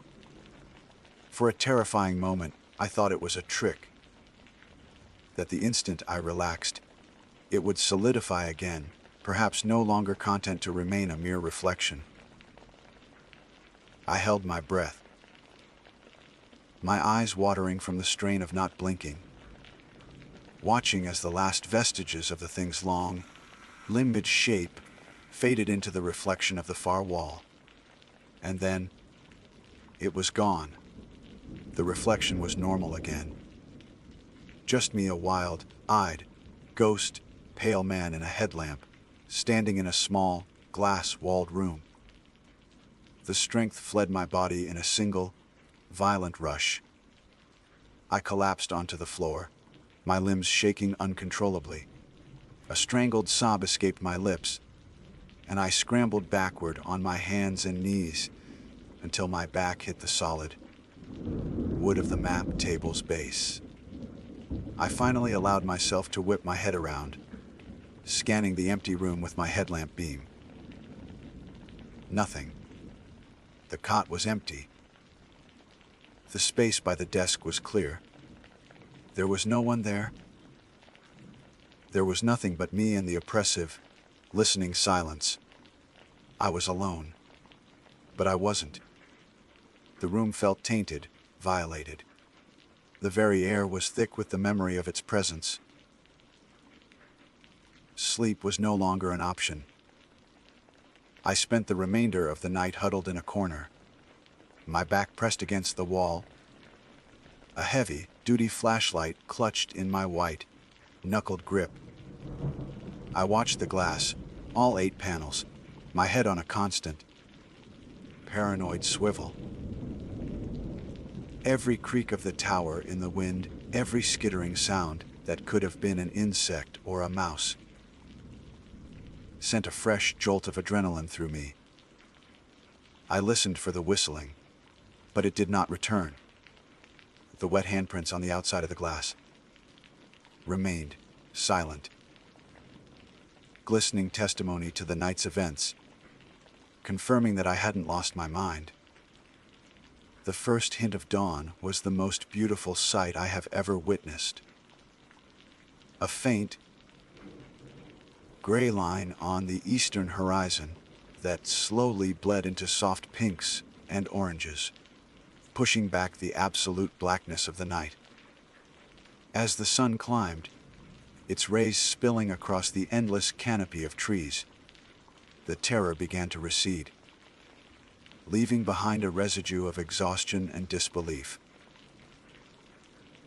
Light brought with it a fragile sense of security, a return to the world I understood. When the sun was fully above the horizon, I cautiously unbolted the trapdoor, half expecting something to be waiting for me on the stairs. There was nothing. I made my 8 a.m. radio call to Henderson, my voice a hoarse, shaky croak that I tried to disguise with a cough. O'Cavan to base. Morning check-in. All clear? Roger that. O'Cavan. Henderson's voice crackled back, tinny and distant. You sound a little rough around the edges, son. Everything all right up there?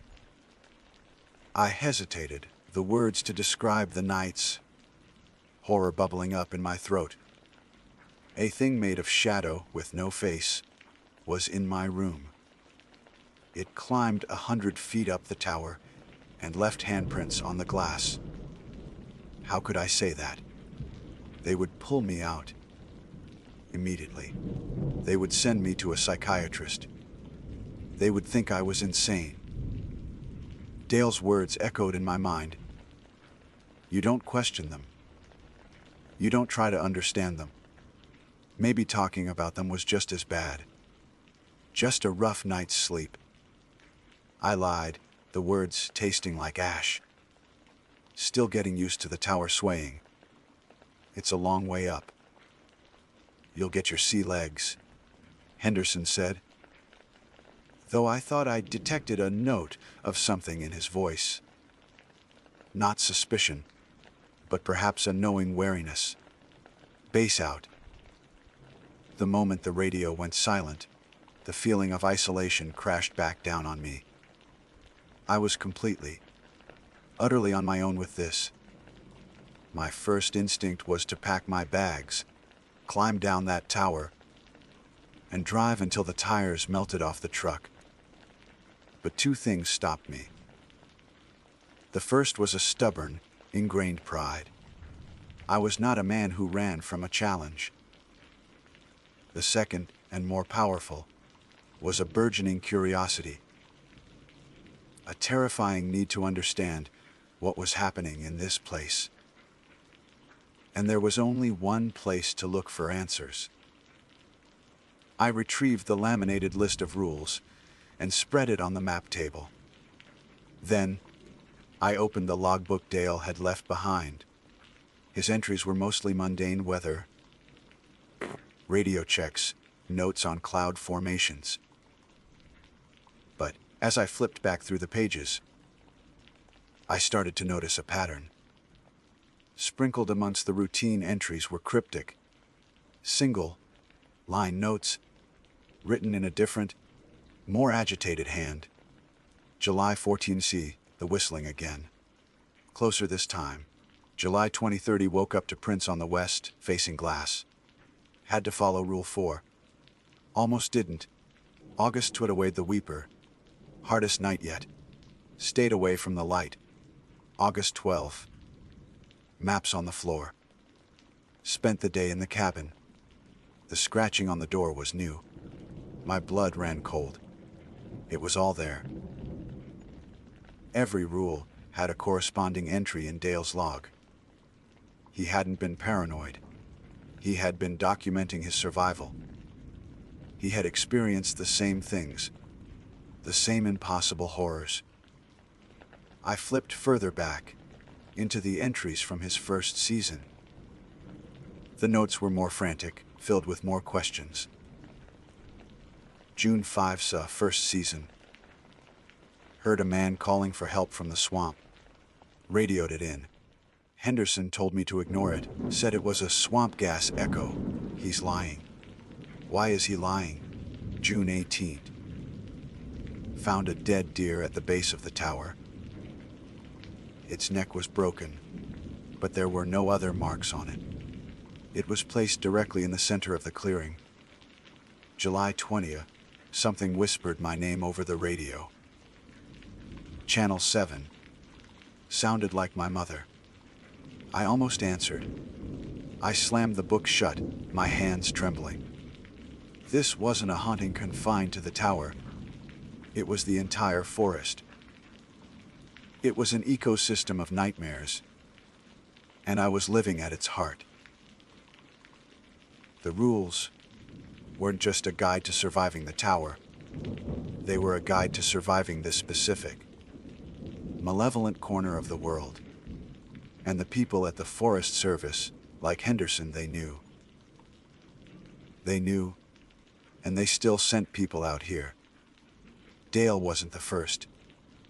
The man before him, the one who died. What had he seen? What rule had he broken? I spent the rest of the day in a state of feverish anxiety. I cleaned the handprints from the glass, scrubbing until my knuckles were raw. The substance came off like a mixture of mud and thick, dark sap, and it smelled faintly of the grave. Every gust of wind made me jump. I scanned the tree line constantly, searching for any sign of movement. The forest felt different now. It was no longer just a wilderness, it was a lair. The ancient trees with their draping moss seemed like silent, watching old men. The dark water of the swamps seemed to hold secrets far older than humanity. As the sun began its slow descent, a new kind of dread began to build in my stomach. Last night, I had been an ignorant skeptic. Tonight, I was a believer. I knew what the darkness held. The thought of the coming night was a physical weight, crushing the air from my lungs. I checked the bolt on the trapdoor a dozen times. I made sure my headlamp had fresh batteries. I positioned the logbook and the list of rules on the small desk next to my cot, my new Bible. I made my evening call to Henderson, my voice flat and devoid of emotion. O'Cavan to base, all clear before sunset. Signing off, Roger, O'Cavan. Have a quiet night. A quiet night. The phrase was a bitter joke. As the last sliver of sun vanished below the horizon, the forest came alive with its chorus of insects and frogs. But tonight, I could hear something else beneath it. A low, expectant hum. The world was holding its breath, waiting. I sat on my cot, my back to the wall, and waited with it. I didn't know what would come. The whistling, the reflection, or would it be the next horror on the list? Rule 5. Between the hours of 300 a.m. and 400 a.m., you may hear a woman weeping in the clearing below the tower. It is a trap. Do not go down to help. The hours ticked by, each one a small victory. Midnight, 1 a.m., 2 a.m. The tower groaned around me. The wind whispered against the glass. My eyes burned with fatigue, but I didn't dare close them. My senses were stretched to their breaking point. Then, at 3:17 a.m., according to the glowing face of my watch, I heard it. It started faintly from the clearing directly below the tower. It was the unmistakable sound of a woman crying. Not a loud, hysterical wail, but a soft, heartbreaking sob, filled with such profound grief and despair that my heart immediately ached in sympathy. It sounded so real, so human. My mind flashed to Sarah, to the raw, soul-crushing grief I had felt after her death. This sound was the auditory embodiment of that pain. My first, overwhelming instinct was to help. It was ingrained in me as a ranger, as a human being. Someone was down there, hurt, lost, and terrified. I grabbed my powerful flashlight, my thumb hovering over the switch. I could shine it down, see who was there. I could call out, let them know they weren't alone. I could go down and help her. But the rule held me back, a cold hand on my shoulder. It is a trap. Do not shine your light on it. Do not call out to her. Above all, do not go down to help. The sobbing grew louder, more desperate. It was the sound of a soul being torn apart. And then, through the tears, a voice emerged, choked with anguish. Please, the voice cried, and it was a voice I knew. Jack, please help me. I'm so scared. It's so dark down here. It was Sarah's voice. The world stopped. It was not a metaphorical halt, but a complete and total cessation of everything. The wind, the groaning tower, the frantic beating of my own heart. It all vanished, replaced by the sound of that voice. Sarah's voice. It was a sound I hadn't heard in 8 months. A sound I thought was lost to me forever. Preserved only in the fading echoes of my memory. To hear it now, rising from the oppressive darkness, 100 feet below, was like a physical blow.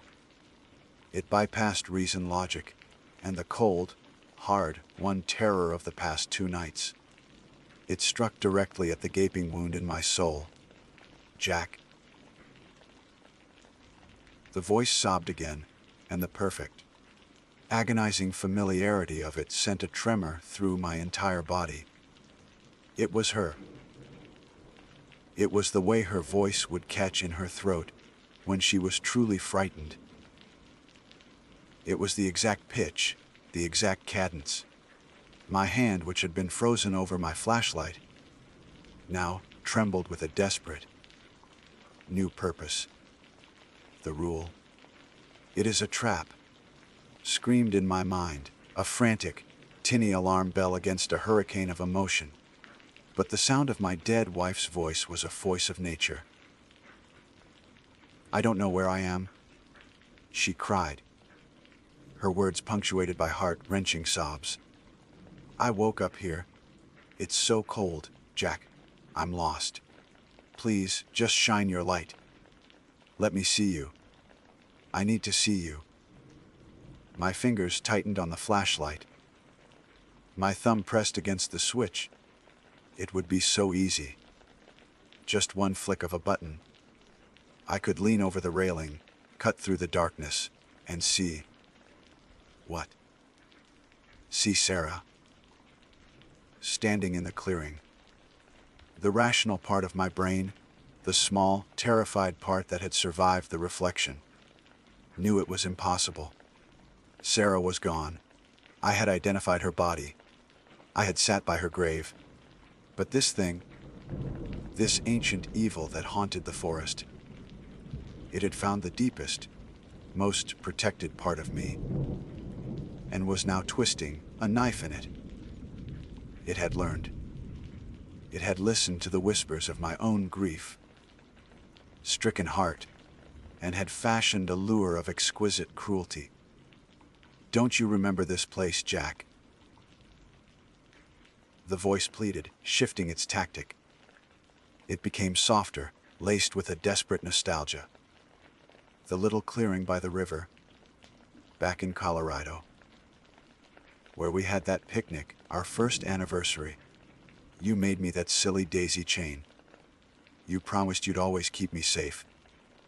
Please, Jack, keep me safe now. A memory, so vivid it stole my breath, exploded behind my eyes. The sun on my face, the smell of pine needles. Sarah laughing as I fumbled with the flowers, her eyes sparkling with a love so pure, it was the foundation of my world. How could it know that? It was a memory I hadn't shared with anyone. A secret, sacred moment. The thought that this thing had somehow plucked it from my mind, that it was now soiling it by using it as bait, filled me with a fresh wave of horror that was somehow colder and sharper than raw fear. It was a violation. I stumbled back from the glass, my hand flying to my mouth to stifle a cry. I squeezed my eyes shut, but it was no use. The voice was inside my head now, as much as it was outside. "Help me, Jack," it shrieked, the desperation returning, amplified. "It's coming! Oh God, I can hear it in the trees! It's coming for me! Don't let it take me again! Don't leave me alone in the dark." The sound of her terror was my undoing. I was on my feet, lunging for the trapdoor handle. The rule, Dale's logbook, the faceless reflection. It all meant nothing. All that mattered was that Sarah was in danger, and I had to get to her. My fingers fumbled with the heavy steel bolt, my knuckles scraping against the cold metal. I could hear her screaming my name now, a raw, panicked sound that tore me to pieces. "It is a trap." The words of the rule surfaced again, this time not as a warning, but as an anchor. I froze, my hand on the bolt. My breath came in ragged, painful gasps. I was a park ranger. I was trained to assess situations, to act on facts, not emotion. The fact was, my wife was dead. The fact was, I was in a place where the laws of nature were broken every night. The fact was, I had a list of rules, written in the metaphorical blood of those who came before me. And Rule Fein 5 was screaming at me to stop. With a guttural roar of anguish and effort, I ripped my hand away from the bolt, as if it were red, hot iron. I staggered back to the far corner of the room, slid down the wall, and clamped my hands over my ears. I couldn't block out the sound, but it was a gesture of defiance, a desperate attempt to reclaim some small part of my own mind. I sat there, curled into a ball, while the voice of the woman I loved was tortured in the darkness below. It begged, it pleaded, it screamed. It whispered our private jokes. It hummed the tune she always hummed while she cooked. It used every weapon in its arsenal, every memory it had stolen from me, to try and break me. It was an hour of pure, unadulterated psychological warfare.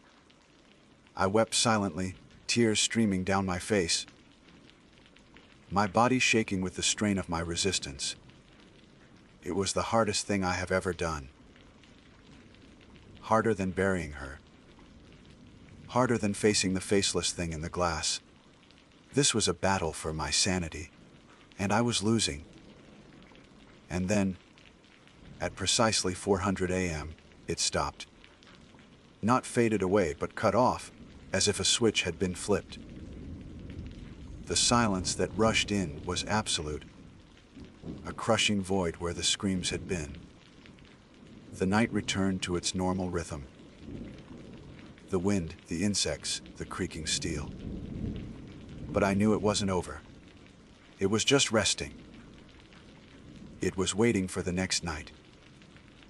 I did not move from my corner until the sun rose. I watched the dawn break with dead eyes, feeling hollowed out, scarred clean by the ordeal.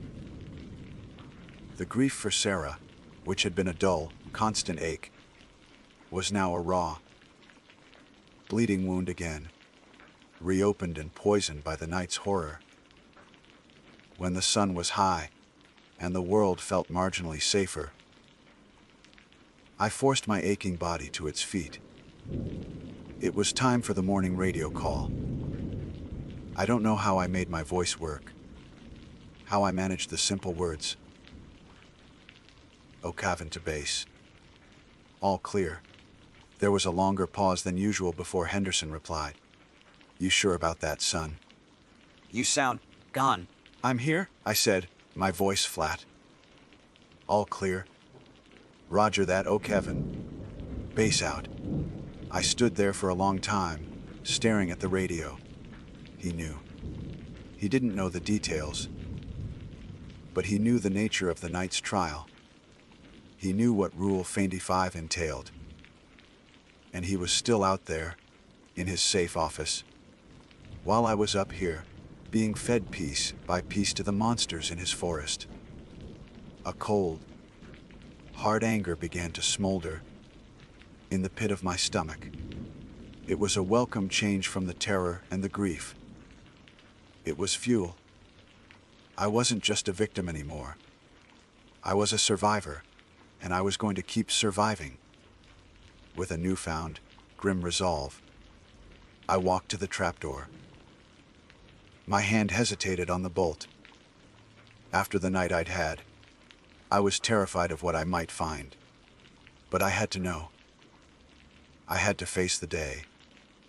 I slid the bolt back and pushed the heavy door open.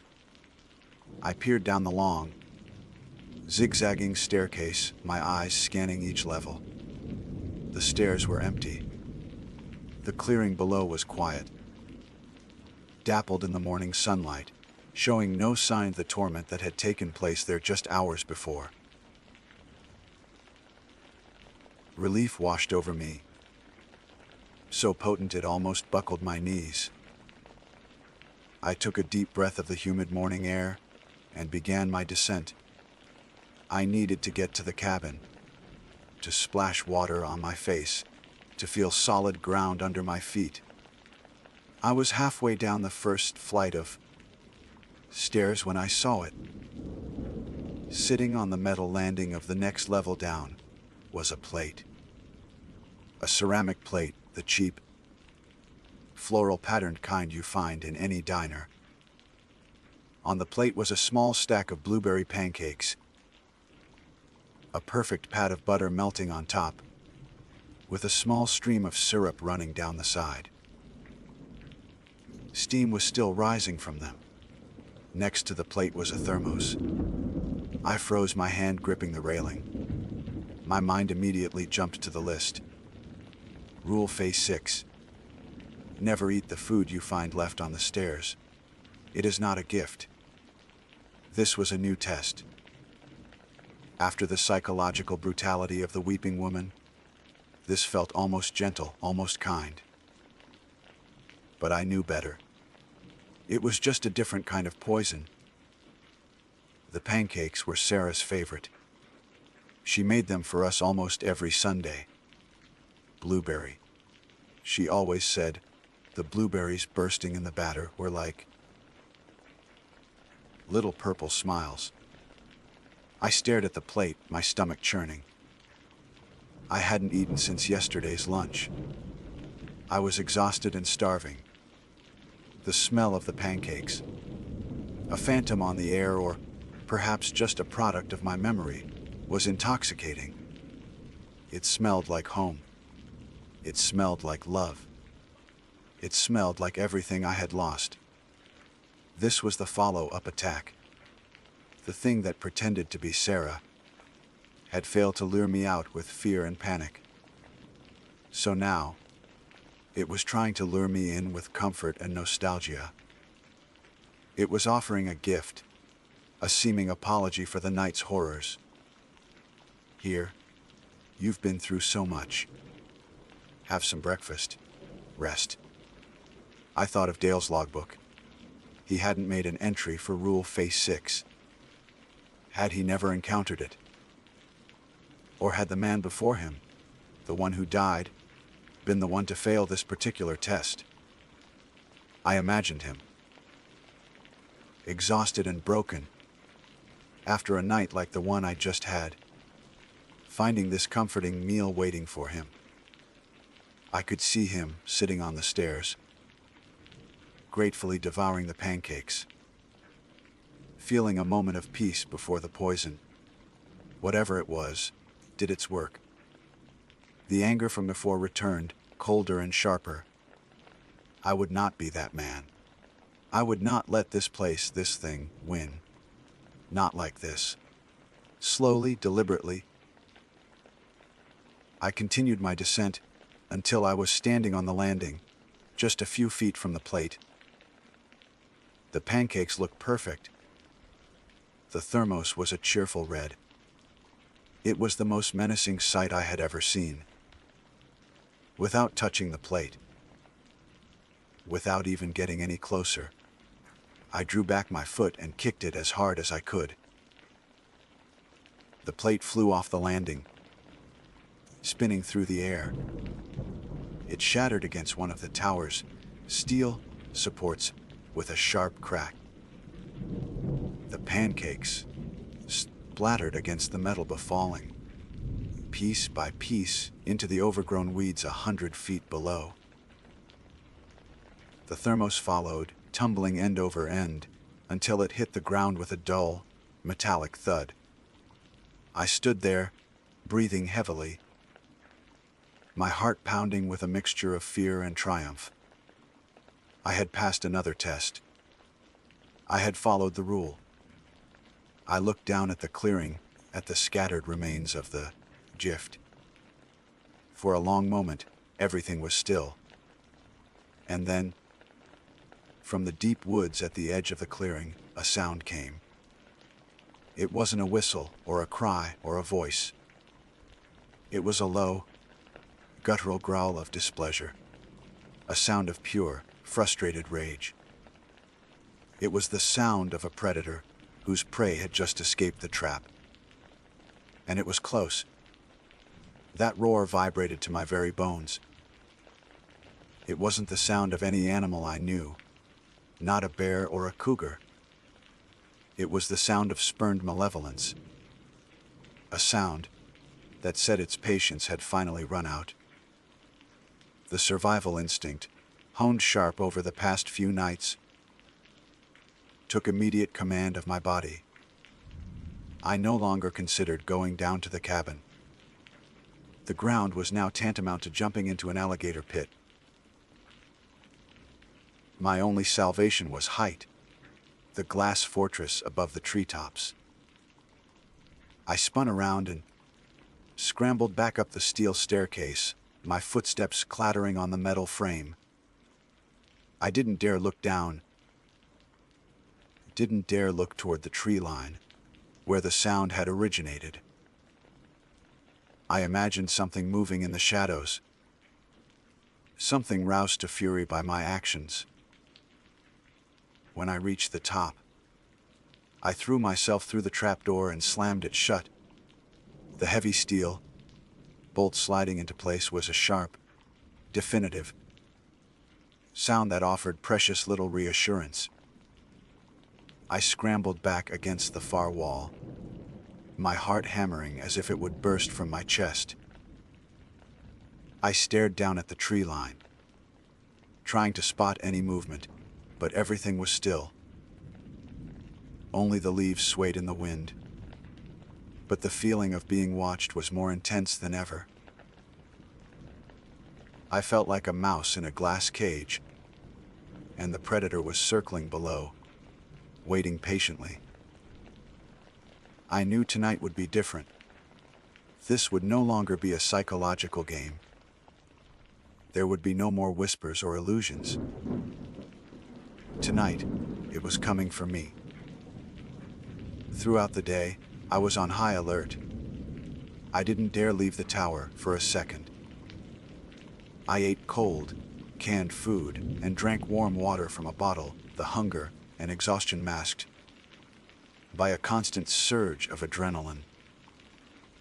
I spent the day preparing. I dragged the heavy map table to barricade the trapdoor, knowing it wouldn't do much, but feeling slightly better for it. I checked my flashlight, the spare batteries, and the radio over and over. I reread the 7 rules again and again, especially the last one. 7.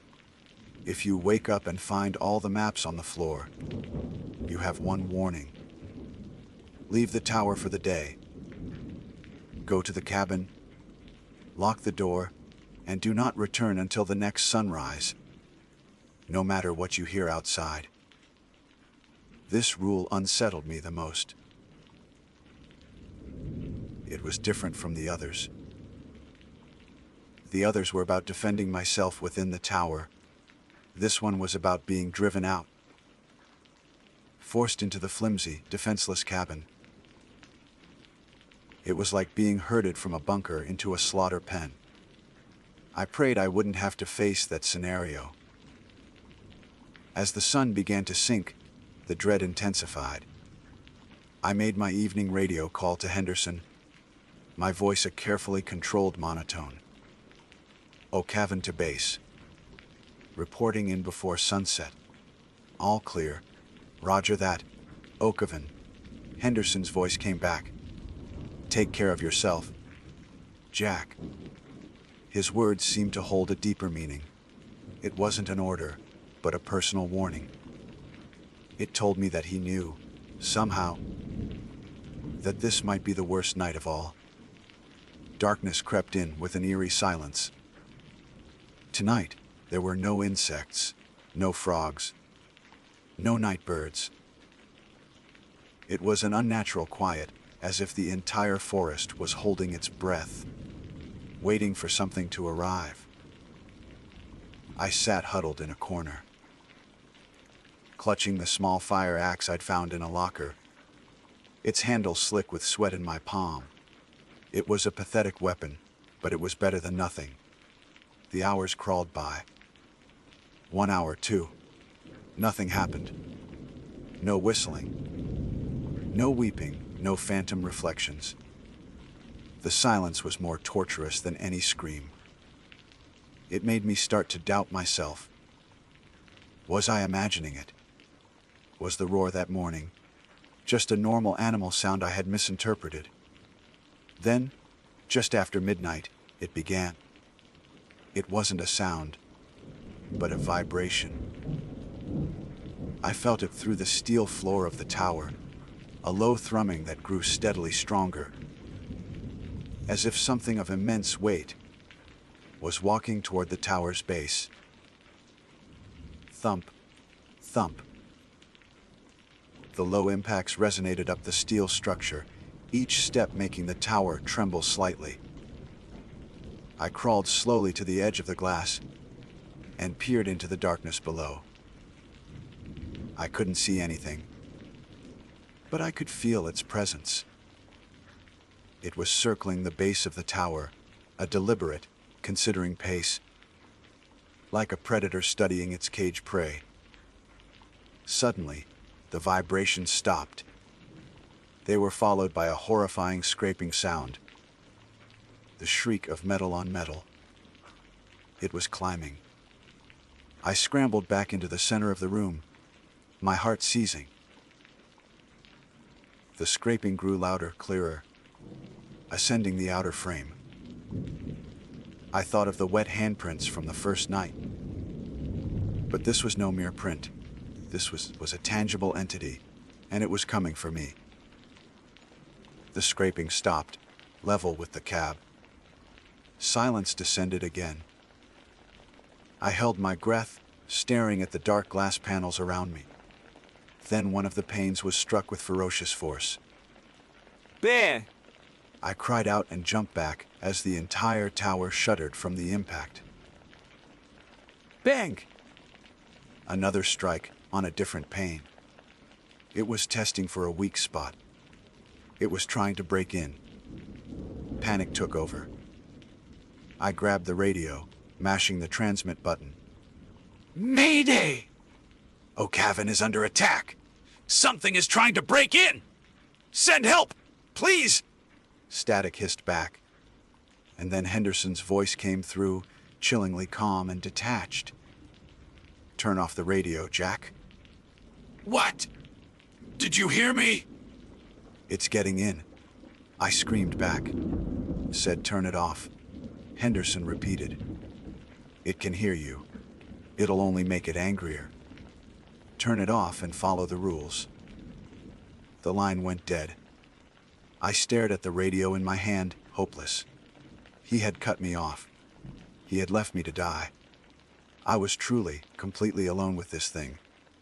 The impacts began again, harder and faster now. Bang! Bang! Bang! Cracks began to appear in the glass, terrifying spider webs of damage spreading with each blow. I knew I was going to die. I closed my eyes, waiting for the glass to shatter and for the thing to pour in. But then, the impact stopped. I opened my eyes cautiously. There was only the sound of the wind and my own heart hammering in my ears.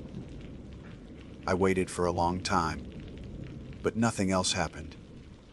It was gone. Or maybe it was just waiting. I survived until morning. I don't know how. I spent the rest of the night trembling, in the corner, staring at the fractured glass glittering in the first light of day. When the sun was fully up, I felt like the survivor of a catastrophic wreck, bruised in body and shattered in spirit. I knew I couldn't stay. This wasn't an escape from grief anymore, it was survival. I had to get out. My mind was made up. I would call Henderson, tell him I was leaving, and then I would drive out of this hellish forest and never look back. I staggered to the desk to grab the radio, and then I froze. My blood ran cold. On the floor, scattered all around my feet, were the maps. Weather charts, topographical maps. Fire grids. Every single one that had been neatly stacked on the desk was now strewn across the floor, as if swept off in a rage. If you wake up and find all the maps on the floor, you have one warning. Rule 87. The final warning. It hadn't left last night. It had gotten in. It had been in this room with me, while I was unconscious or passed out from exhaustion. It hadn't hurt me. It had just left its warning. It was playing a game.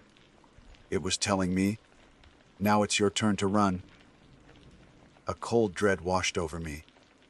I had no choice. I had to follow the rule. I grabbed my pack, shoving in a water bottle, my flashlight, and a couple of cans of food. I didn't dare look around the room for long. I pulled the desk away from the trapdoor, unbolted it, and threw it open. I ran down the stairs without looking back, feeling its eyes on me from the empty tower. I reached the cabin and threw myself inside, slamming and locking the door. I dragged an old wooden chair to wedge under the knob. The cabin smelled of mildew and decay. It felt 100 times less safe than the tower. I looked out the grimy window. The sun was still bright in the sky, but in this forest, the sunlight seemed to mean nothing. I spent the day sitting rigid on the floor, staring at the door. I heard the normal, daytime sounds of the forest, but I knew it was an illusion. As darkness began to fall again, the terrible silence returned, and then I heard it. The heavy tread of footsteps in the clearing, stopping right outside my cabin. I held my breath. Something scraped against the ground. Then a light scratching sound on the wooden door. I clapped a hand over my mouth to keep from screaming. Then the doorknob began to turn. Jiggle, jiggle. It was trying to get in. The lock held. It shook the door with such violence that the whole cabin rattled. I scrambled to the far side of the room, my heart stopping. When shaking the door failed, it changed tactics. It began to speak in Henderson's voice. "Jack, open up. I'm here to help. I drove out to get you. We can leave together." I didn't answer. I knew it was a trap. "Jack, please!" This time, it was Dale's voice, the man I'd replaced. "It knows we're in here. Open the door, quick. Let me in." I remained silent, shaking uncontrollably. Then it used its final voice, the one that almost broke me. "Jack, honey." It was Sarah's voice, soft and full of love. "Open the door for me, sweetheart. It's all over. We can be together again. Just open the door." Tears streamed down my face. I wanted so desperately to believe it, to throw open the door and find her there. But I knew the truth. I sat there, listening to the voice of my dead wife. Wife begged me to open the door to my death, while something scraped and clawed at the outside of the cabin, waiting for me to break. That night passed like an eternity. I huddled in the darkness, using the memory of the real Sarah as a shield against the imitation outside. As the first light of dawn began to filter through the cracks in the window, all the sounds stopped at once. The silence that followed was heavier and more terrifying than anything that had come before. I waited until the sun was fully up, casting golden light across the clearing. I knew this was my only chance. I took a deep breath, unbolted the door, kicked the chair away, and burst out of the cabin. The clearing was eerily empty. The pickup truck sat on the far side, like it was across an ocean.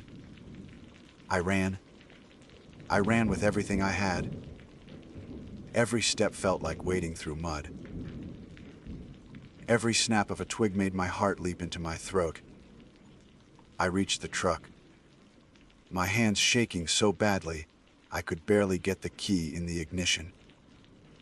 I jumped in, locked the doors, and turned the key.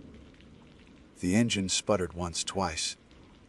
"Please," I whispered. On the third try, it roared to life. I slammed my foot on the accelerator, fishtailing on the dirt track. Before I left, I took one last look at the tower, and what I saw froze my blood. Standing in the top window was a tall, slender figure. The same silhouette I had seen in the reflection.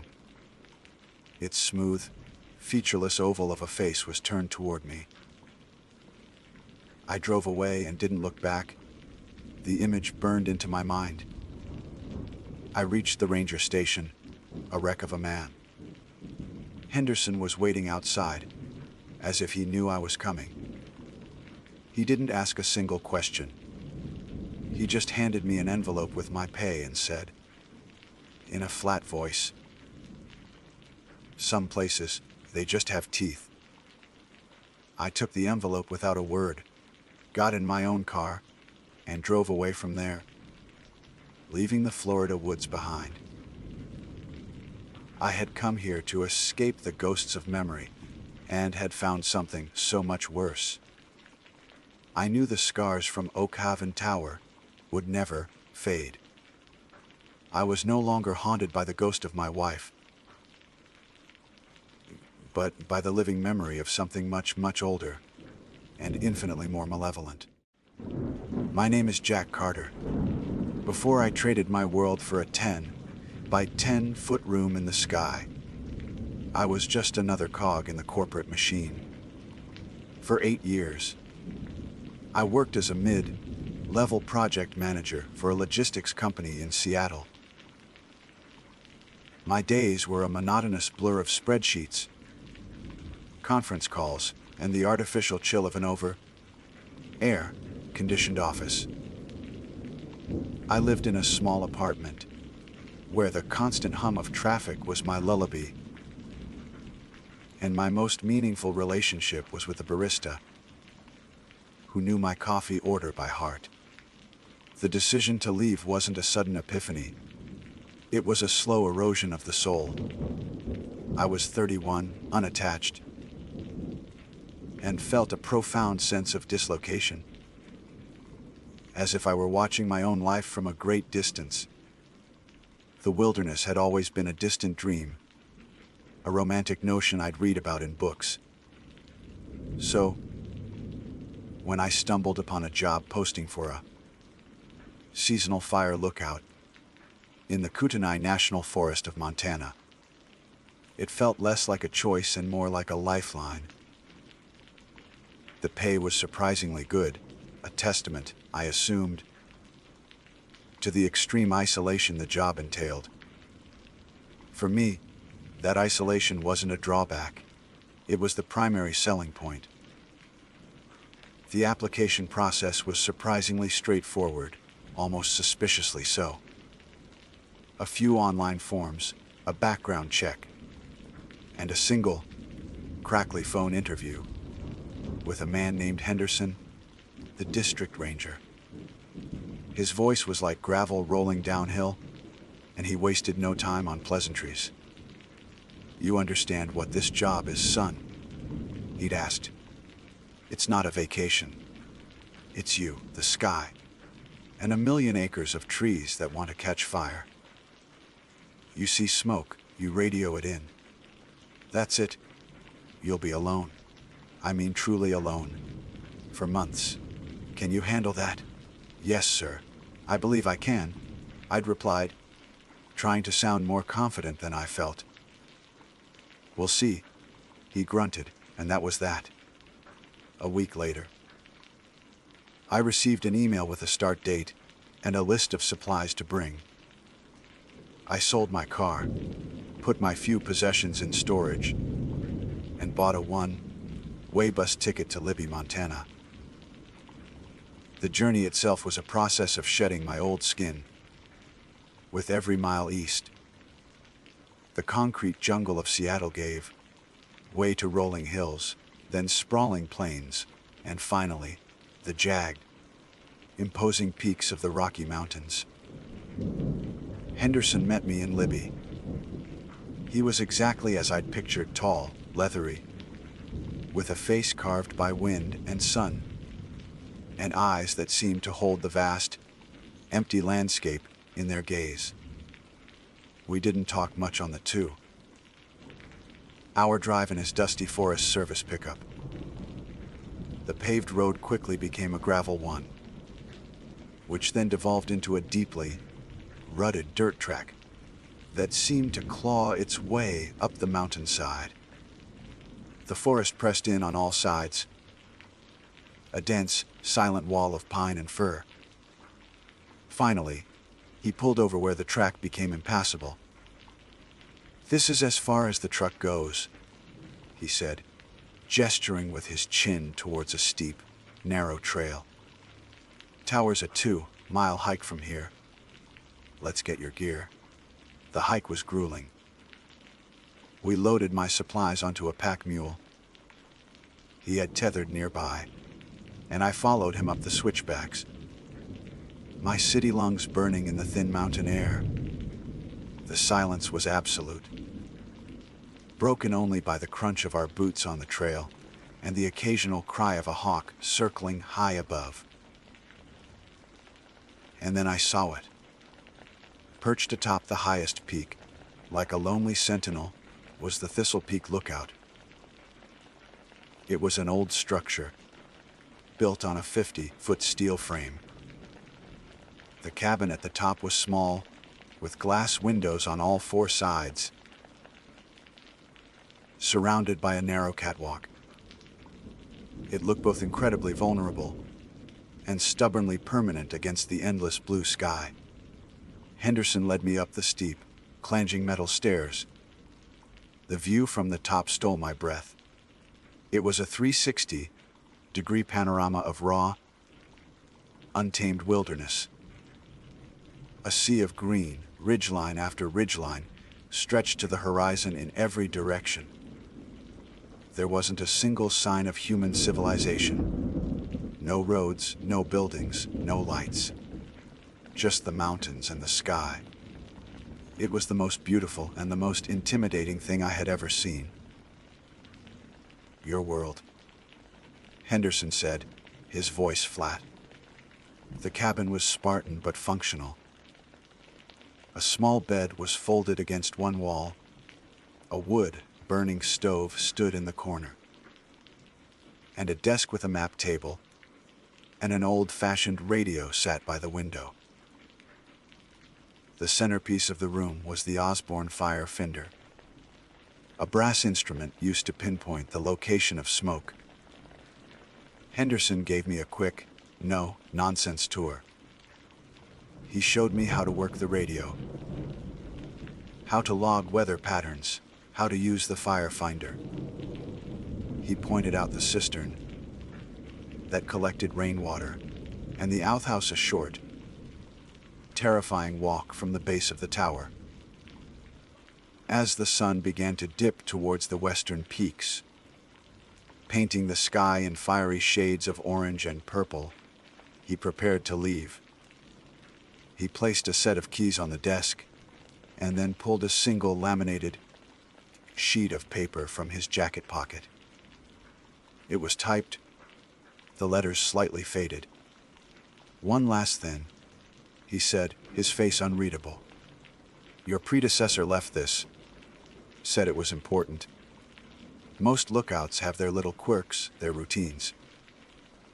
This one," he was insistent. He slid the paper across the desk. I picked it up. At the top, in bold LS far sta gay aliv, at tchstle pay, I chuckled, assuming it was some kind of rookie hazing. "Staying alive. Sounds a bit dramatic." Henderson didn't smile. He just held my gaze for a long moment. "Just rid them, son, and follow them. Don't ask me why. I just hire the bodies to fill the towers." What happens up here is between you and the mountain." He turned and left without another word. I listened to his heavy boots clang down the stairs, then the sound of his footsteps fading down the trail with the mule. And then, for the first time, the silence returned. But this time it was different. It was heavier, deeper. I was truly alone. I looked down at the paper in my hand. The light from the setting sun cast long shadows across the small cabin. I took a deep breath and began to read. 1. During a thunderstorm, disconnect the radio antenna and do not touch any metal surfaces. Stay in the center of the room. This is common sense. 2. Do not leave the catwalk for any reason between sunset and sunrise. Check your supplies before dark. The outhouse can wait until morning. 3. From time to time, you may hear what sounds like singing on the wind, especially on moonless nights. It is not human. Do not listen too closely, and do not try to find its source. It is the wind, and only the wind. 4. You might see a figure at the edge of the tree line, just beyond the clearing. It will be tall and pale. Do not acknowledge it. Do not stare at it. It feeds on attention. Look away and it will lose interest. Eventually, 5. Observe strict radio silence between 300 a.m. and 400 a.m. This is the listening hour. Do not transmit for any reason. If another station tries to contact you during this time, it is not another station. Do not answer. 6. The old iron bell at the base of the tower is rusted through. It cannot ring. If you hear it ring once, go to the radio desk. The old, disconnected rotary phone next to the radio will ring. Answer it. Say nothing. Listen to the message, then hang up. Forget what you heard. 7. This is the most important rule. Never, under any circumstances, let anyone or anything inside the tower after dark. They might sound like a lost hiker. They might sound like Henderson. They might even sound like someone you love. They will beg. They will plead. They will scream. Do not open the door. You are the lookout. You must keep watch. And you must keep the door locked. I read the list twice, then a third time. A cold knot formed in my stomach. This wasn't a joke. The tone was too serious, too specific. The mundane first rule made the others feel chillingly plausible. My rational mind screamed that it was an elaborate prank. A ghost story designed to spook the new guy. But Henderson's dead, serious expression, his warning, I walked out onto the catwalk. The last sliver of sun had vanished, and the sky was a deep, bruised purple, studded with a billion stars. The air grew cold quickly. The wind whispered through the steel struts of the tower. And for a terrifying second, I thought I could almost make out a melody within the sound. I shook my head, my heart pounding. It's just the wind. It's just a prank. I went back inside, the metal door shutting with a solid, final, sounding thud. I slid the heavy deadbolt into place, the sound echoing in the tiny cabin. I looked out the window, down at the clearing 50 feet below, now shrouded in impenetrable darkness. The forest was no longer a beautiful sea of green. It was a black, fathomless ocean. I spent the rest of the night with my back to the wall, a camp lantern hissing beside me, rereading that list of rules until the words were burned into my memory. My grand escape from the city suddenly felt like I had traded one cage for another, much smaller, much higher, and infinitely more terrifying. The peace I had craved was gone, replaced by a single, gnawing question that whispered on the wind. What, exactly, was I supposed to be watching for? Smoke, or something else?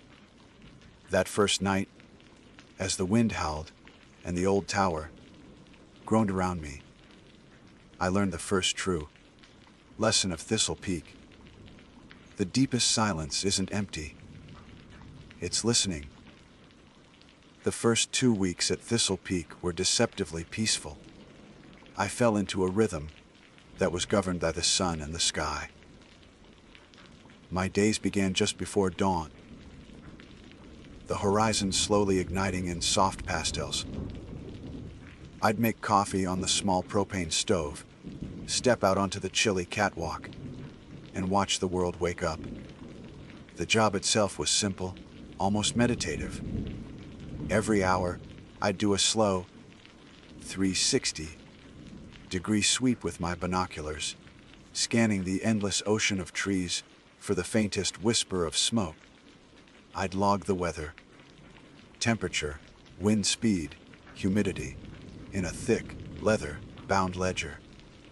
The rest of the time was my own. I read through the small library of paperbacks left by previous lookouts.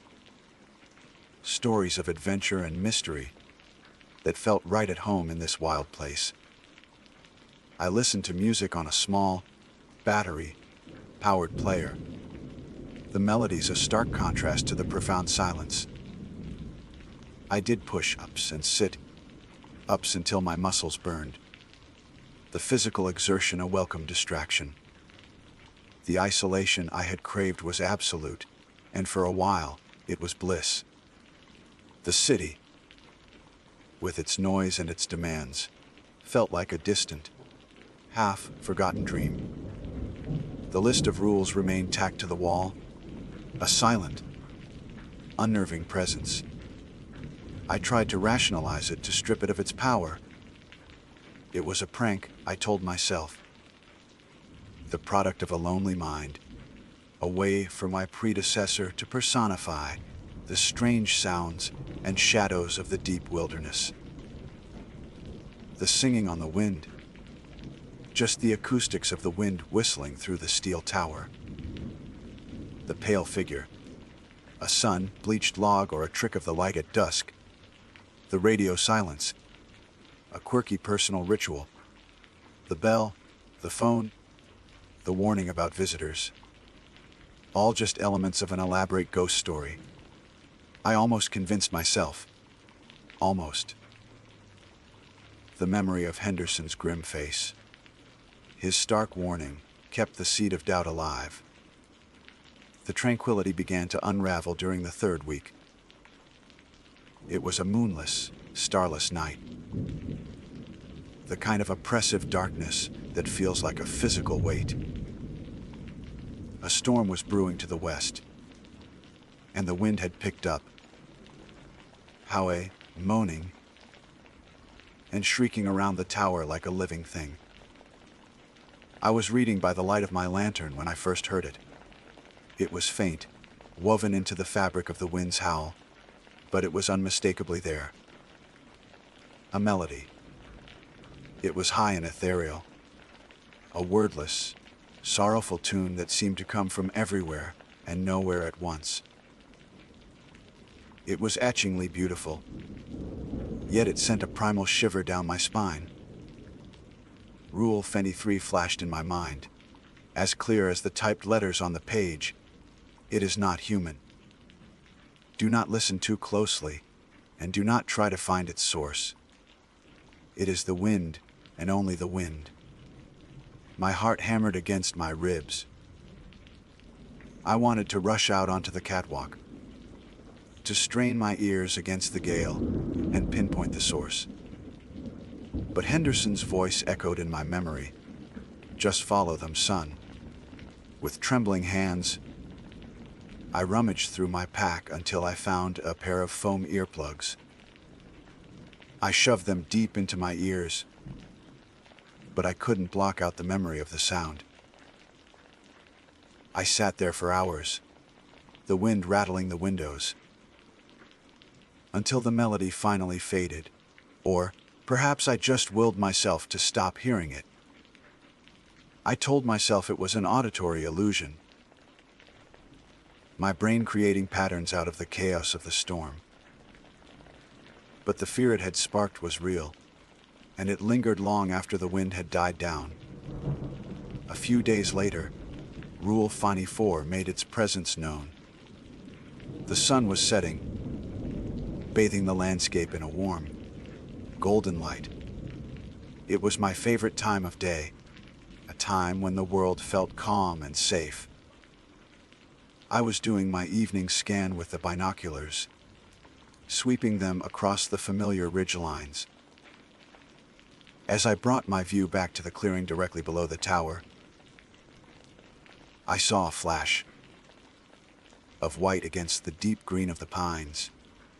I lowered the binoculars for a second, blinking, then raised them again, zeroing in on the spot. My breath caught in my throat. It wasn't a log. It wasn't a patch of snow. It was a figure. It stood just inside the tree line, partially obscured by the shadows of the ancient firs. It was tall, impossibly so, and slender to the point of being skeletal. Its color was a stark, sickly white, like a mushroom that had grown in utter darkness. It was perfectly still, and though I couldn't make out any features, I felt an overwhelming, bone-deep certainty that it was watching me. Do not acknowledge it. Do not stare at it. It feeds on attention. Look away and it will lose interest. Eventually, my hands started to shake violently. Every instinct screamed at me to keep watching, to analyze it, to understand what I was seeing. But the rule was a frantic, desperate command in my head. I ripped the binoculars from my eyes and stumbled back from the window, my heart racing. I forced myself to turn away, to face the inside of the cabin. I grabbed a book, my hands leaving damp, sweaty prints on the cover. I stared at the page, the words swimming before my eyes, a meaningless jumble of black ink. The feeling of being watched was a physical pressure against my back. I could feel its gaze on me, a cold, hungry weight. I didn't dare look back. I stayed like that for what felt like an eternity, until the last of the light had faded from the sky, and the cabin was plunged into darkness. When I finally summoned the courage to look out the window again, the tree line was empty. The clearing was deserted. But I knew it had been there. The peace I had so carefully constructed was gone, replaced by a gnawing, ever-present dread. The incidents began to form, a terrifying new routine. The singing would return on the windiest nights, a siren song of the lonely peaks. The pale figure would appear at the edge of the trees, every few days, a silent, motionless spectator to my solitude. I started a new log, hidden in the back of the official weather ledger. In it, I documented every strange occurrence, noting the time, the weather, the moon phase, desperately trying to find a logical pattern, a rational explanation that would allow me to sleep at night. But there was no pattern. There was only the rules and the slow, creeping certainty that they were not a prank. The true test came a month into my stay. I was jolted awake from a restless sleep by an unnatural silence. The constant whisper of the wind was gone. The air was still and heavy. I glanced at my watch. its glowing face a small point of light in the oppressive dark. 3:15 a.m. The listening hour. My blood ran cold. I had completely forgotten about Rule 5. Observe strict radio silence between 300 m and 400 a.m. As I lay frozen on my cot, holding my breath, the radio crackled to life. Kesh? Thistle Peak, this is North Fork Station. Do you copy? The voice was familiar. It was Bill, the ranger from the North Fork Station, the man I checked in with every single morning. His voice was calm, professional, exactly as it should be. My training, my duty screamed at me to respond. But the rule was absolute. If another station tries to contact you during this time, it is not another station. Do not answer. My hand hovered over the radio's handset, my thumb near the transmit button. Jack, this is North Fork. We have an urgent wildfire. Warning for your immediate area. A lightning strike from that storm system. You need to confirm you are receiving. Over. The voice knew my name. The warning was plausible, urgent. It was a direct order from a superior. This was my job. To ignore it felt like a dereliction of duty, a betrayal of the trust placed in me. My mind raced. Was this the one time the rule was wrong? Was I putting myself in real danger by staying silent? The voice came again, a note of frustration creeping in. Damn it, Carter. Answer me! This is a direct order. I squeezed my eyes shut, my knuckles white as I gripped the edge of the desk. I did not move. I did not speak. There was a long moment of hissing static. Then the radio crackled one last time. The voice that came through was no longer Bill's. It was distorted, stretched, and layered with a wet, bubbling sound, like someone speaking through water. You're listening. A wave of pure terror washed over me. It was a sound of pure malevolence, ancient and predatory. Then, as suddenly as it began, there was only static. I stared at the radio, my body trembling uncontrollably. The clock on my watch ticked past 400 a.m. The listening hour was over. The normal night sounds, the gentle breeze, the chirp of a cricket, slowly returned, but they brought no comfort. The silence had been violated by something monstrous. For the next week, I lived on a knife's edge. I barely slept. Every shadow, every gust of wind, sent a fresh jolt of fear through me. I considered packing my bags and hiking out, abandoning the tower and the madness it held. But the thought of walking those 2 miles, alone, through that forest, it was unthinkable. I felt safer 50 feet up, behind a locked door. On the 8th day after the radio incident, a new kind of weather rolled in. A thick, cold fog descended upon the mountain, a dense, white wall that erased the world. Visibility dropped to less than 10 feet. The tower felt like an island in a blank, featureless void. The silence was absolute, muffled by the oppressive dampness. I was pacing the small cabin, feeling more trapped than ever, when a sound cut through the fog. Clang. It was a single, impossibly clear metallic note. It came from the base of the tower. My heart stopped. Rule Fate 6.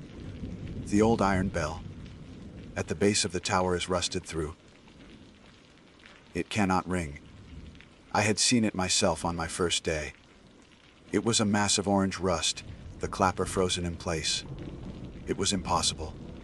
I stared, wide-eyed, towards the radio desk.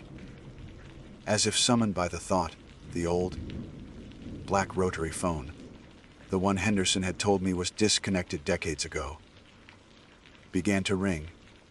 Its shrill, piercing shriek was an obscenity in the fog, shrouded silence. It rang and rang, a relentless, terrifying summons. I knew what the rule said. I had to answer it. I had to listen. With legs that felt like lead, I stumbled towards the desk, my hand reaching for the cold, black receiver. The shrill ringing of the rotary phone was a physical assault. It cut through the thick, muffling fog and directly into my skull. Each ring seemed to last an eternity, a sound that had no place in this world of wind and wood and stone. My hand, slick with cold sweat, trembled as it hovered over the receiver. Every rational thought I had left told me to smash the phone, to rip its non-existent cord from the wall. But Rule Phase 6 was a chilling whisper. In my mind, answer it. Say nothing. Listen to the message, then hang up. Forget what you heard. Forget what you heard. How could a rule command you to forget? With a final, shuddering breath, I snatched the receiver from its cradle. The ringing stopped instantly. The silence that rushed in was somehow worse, thick with anticipation. I pressed the cold bakelite to my ear, my knuckles white, my jaw clamped so tight my teeth ached. I followed the rule. I said nothing. For a long moment, there was only static, a sound like rushing water or sand pouring through a sieve. Then, a voice emerged from the hiss. It was a woman's voice. Faint and distant, cracked with age and sorrow. It was a voice that sounded like dried leaves skittering across pavement. I see you, she whispered, the words drawn out and raspy. I see you in the little house in the sky. So alone. So far from the warm earth. A cold dread, sharper and deeper than any I had felt before, pierced through me. This wasn't a recording. This felt live. He's coming for you, little bird. The voice rasped, a dry chuckle crackling through the line. The door is strong, but your heart is weak. He can hear it beating. Thump, thump. Thump, thump. He loves that sound. The sound of fear. The static swelled, almost drowning her out. Don't let him see the key, she hissed, her voice suddenly urgent, desperate. He'll take the key. He'll take your name. He'll wear your skin. Don't let him. The line went dead. There was no click, no dial tone. Just an abrupt, empty silence. I stood frozen, the dead receiver still pressed to my ear. My mind reeled. The key. I glanced at the heavy iron key hanging from a nail by the door.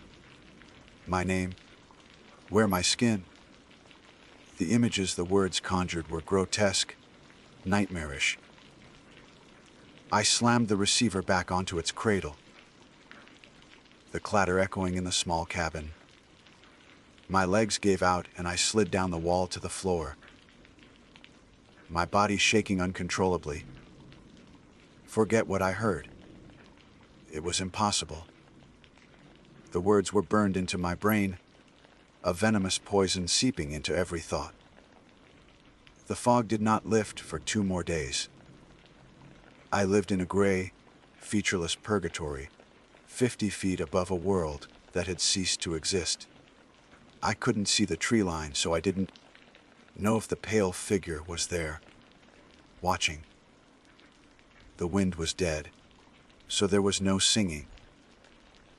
There was only the oppressive silence, the ringing in my ears, and the old woman's words playing on a loop in my head. I stopped logging the weather. What was the point? The weather was fear. The humidity was dread. I rationed my food and water, my stomach in a constant, tight knot. Sleep offered no escape, only fragmented nightmares of a tall, pale thing wearing my face, a rusty key clutched in its white hand. I found myself talking to myself, whispering reassurances that it was all a hallucination, a product of the isolation and stress. But I didn't believe it. I had crossed a threshold. The flimsy veil between my world and something else had been torn away. Thistle Peak wasn't just a lookout tower. It was a cage. Or maybe it was a lighthouse. A tiny point of light in an ocean of ancient darkness. And my job wasn't to watch for fire, but to keep the darkness at bay. On the third day, the fog finally began to recede. It didn't burn off. It withdrew, pulling back like a slow, gray tide, revealing the familiar green canopy below. The relief I expected to feel never came. Seeing the world again only made the threat feel more real. The sun felt like a spotlight. The forest felt like a stage, and I was the only actor waiting for my cue. That afternoon, I heard the unmistakable sound of a truck engine grinding its way up the distant access road. It was Henderson. It had to be. He was due for my 1-month supply drop.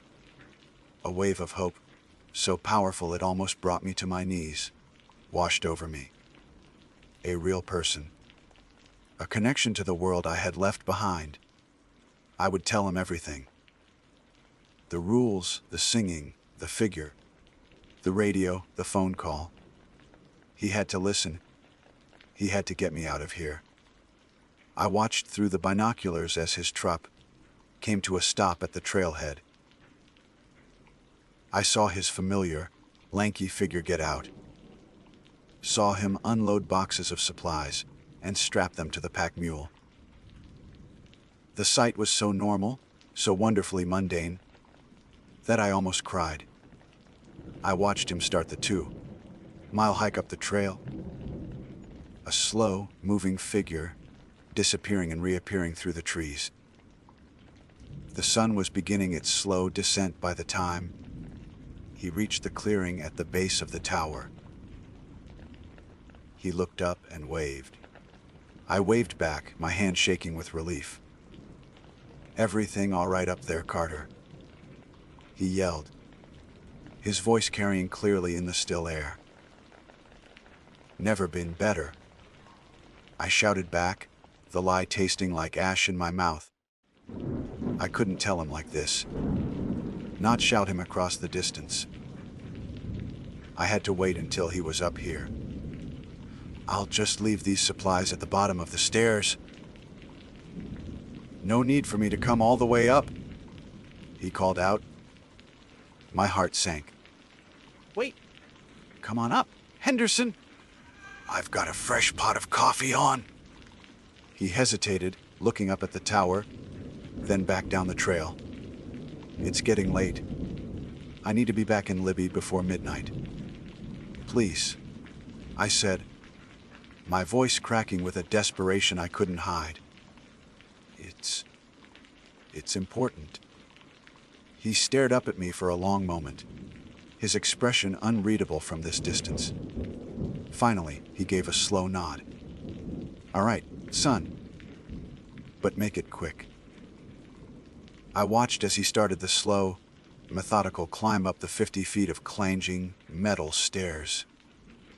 With every step he took, a piece of the tension inside me unwound. He was real. He was solid. He would understand. He would help me. He reached the top landing and knocked on the door. "It's me, Carter." I scrambled to the door, my hand reaching for the deadbolt. My fingers touched the cold metal, and I froze. Rule Phase 7, the last rule, the most important rule. Never, under any circumstances, let anyone or anything inside the tower after dark. The sun had just dipped below the highest western peak. The sky was on fire, but the forest below was sinking into deep shadow. It was officially after dark. They might sound like a lost hiker. They might sound like Henderson. My blood turned to ice. My hand recoiled from the deadbolt as if it were red hot. Carter, you gonna let me in? It's getting cold out here, Henderson said, his voice muffled by the thick wooden door. It sounded exactly like him. The same gravelly tone, the same no-nonsense cadence. Just a second. I stammered, my mind racing. It was him. It had to be him. I saw him drive up. I saw him hike the trail. This was paranoia. The rules had finally broken me. "What's the matter, son?" he asked. There was a subtle shift in his tone. A hint of something I couldn't place. "Everything okay?" "Did you see anyone on the trail?" I asked, my voice a weak whisper. There was a pause. "No, not a soul. Just me and the mule." "Now open the door, Carter." "This isn't funny." I backed away from the door, my eyes wide with terror. It was him, but the rule was absolute. And Henderson himself had told me to follow it. I can't, I said. "What do you mean, you can't?" He snapped, his voice sharp, angry. "Open this damn door right now!" "That's an order." They will beg. They will plead. They will scream. "I can't, Henderson! The rules!" I cried out, my voice cracking. Another pause, longer this time. When the voice came again, it had changed. The anger was gone, replaced by a soft, wheedling, almost gentle tone. "Oh, the rules," the voice cooed. "He told you about those, did he? Silly superstitions. The ramblings of a lonely old man. They don't mean anything, Jack. You know that? It's just me out here. It's your friend, Henderson. I'm cold, Jack. Please, just let me in." The sound of my own name on its lips made my skin crawl. Henderson never called me Jack. It was always Carter. Or son.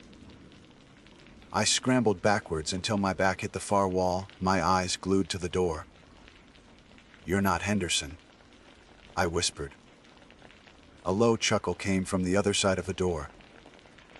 It was a dry, rattling sound. The same sound I'd heard from the old woman on the phone. "Not anymore," the voice whispered. Then it began to scream. It was a sound of pure, unadulterated rage and hunger. A sound that clawed at the inside of my skull. It wasn't human. It hammered on the door. The blows shaking the entire cabin, rattling the windows in their frames. I squeezed my eyes shut and covered my ears, but I couldn't block out the sound, or the single, terrifying thought that now consumed me. The door was strong, but the 50-foot steel tower holding me in the sky had windows on all four sides. The inhuman screaming from the catwalk was the sound of a predator denied its meal. The furious hammering on the door sent vibrations through the floor, up my spine, and into my teeth. I was a rat in a cage, and the snake was coiling around the bars. I scrambled away from the door, my back pressing hard against the opposite wall, my eyes darting between the shaking door and the vast, black panes of glass that surrounded me. The door was strong, but the windows were my terror. The hammering stopped. An unnerving silence fell, broken only by my own ragged breathing and the frantic thumping of my heart. I strained my ears, listening. Where had it gone? A soft tapping sound began on the window to my left. Tap. Tap. I turned my head slowly, my neck muscles screaming in protest. Pressed against the glass, illuminated by the faint starlight and the dying glow of the horizon, was a face. It was the face of the pale figure from the tree line. A long, bone, white oval, utterly featureless except for two dark, sunken pits where eyes should have been. It had no mouth, yet the voice of Henderson, twisted with a sick, sweet malice, whispered directly into my mind. I can see you, Jack. There's nowhere to hide in a glass house. I screamed, a raw, guttural sound of pure terror, and threw the heavy weather ledger at the window. It bounced off the glass with a dull thud, doing nothing. The face remained, its empty sockets fixed on me. It raised a long, white, multi-jointed finger and traced a line on the glass, leaving a greasy, phosphorescent trail. The old woman told you about the key, didn't she? The voice whispered in my head. She was the one before you. She held on for a whole season. But she got careless. She dropped the key. Give it to me, Jack. It will be so much easier if you just give me the key. My eyes darted to the heavy iron key, hanging by the door. The warning from the phone call echoed in my ears. He'll take the key. He'll take your name. He'll wear your skin. I finally understood. The key didn't just lock the tower. It locked me in my own identity, my own body. It was the anchor that kept me from being replaced. No, I yelled, my voice hoarse. The face at the window contorted, the smooth white skin wrinkling like paper. The Henderson voice screamed in my mind, a blast of pure psychic rage. Then it was gone from the window. The hammering on the door began again, more frantic, more violent than before. It wasn't just trying to get in anymore. It was trying to tear the tower apart. I crawled under the map table, curling into a tight ball. It was a child's defense, pathetic and useless, but it was all I had. I shut my eyes and began reciting the rules over and over, like a prayer, a mantra against the madness. Rule 81 disconnect the antenna. Rule 82 don't leave the catwalk. Rule 23 it's only the wind. The assault continued for what felt like a lifetime. The creature circled the tower, its form a pale blur in the darkness, its voice a cacophony in my head. Sometimes Henderson, sometimes the old woman, sometimes a chorus of whispers I couldn't understand. It clawed at the windows, the sound of nails on glass setting my teeth on edge. It threw its weight against the door, making the whole structure groan and sway. I stayed huddled under the table, lost in a haze of terror. I don't know when I lost consciousness, but I awoke with a start, not to a sound, but to a change in the light. A soft, gray luminescence was filtering through the windows. Dawn. The tower was silent. The air was still. I crawled out from under the table, my body a symphony of aches and pains. I crept to the window and looked out. The catwalk was empty. The clearing below was deserted. The first rays of the rising sun were tops of the eastern peaks. It was over. For now. But I knew I couldn't stay. Another night in this place would break what was left of my sanity. Survival was no longer about enduring the season. It was about surviving the next 12 hours. I had to leave. I had to risk the 2-mile hike through its forest in the daylight. My movements were frantic, clumsy. I stuffed a few bottles of water and some protein bars into my backpack. I grabbed the laminated list of rules, folding it carefully and putting it in my pocket. It felt like a talisman. Then, my hand shaking, I walked to the door and took the heavy iron key from its nail. Its cold weight in my palm was both terrifying and reassuring. I unbolted the door and eased it open, half expecting the creature to be standing there, waiting. But there was nothing. Only the crisp, cold morning air. I stepped out onto the catwalk and didn't look back.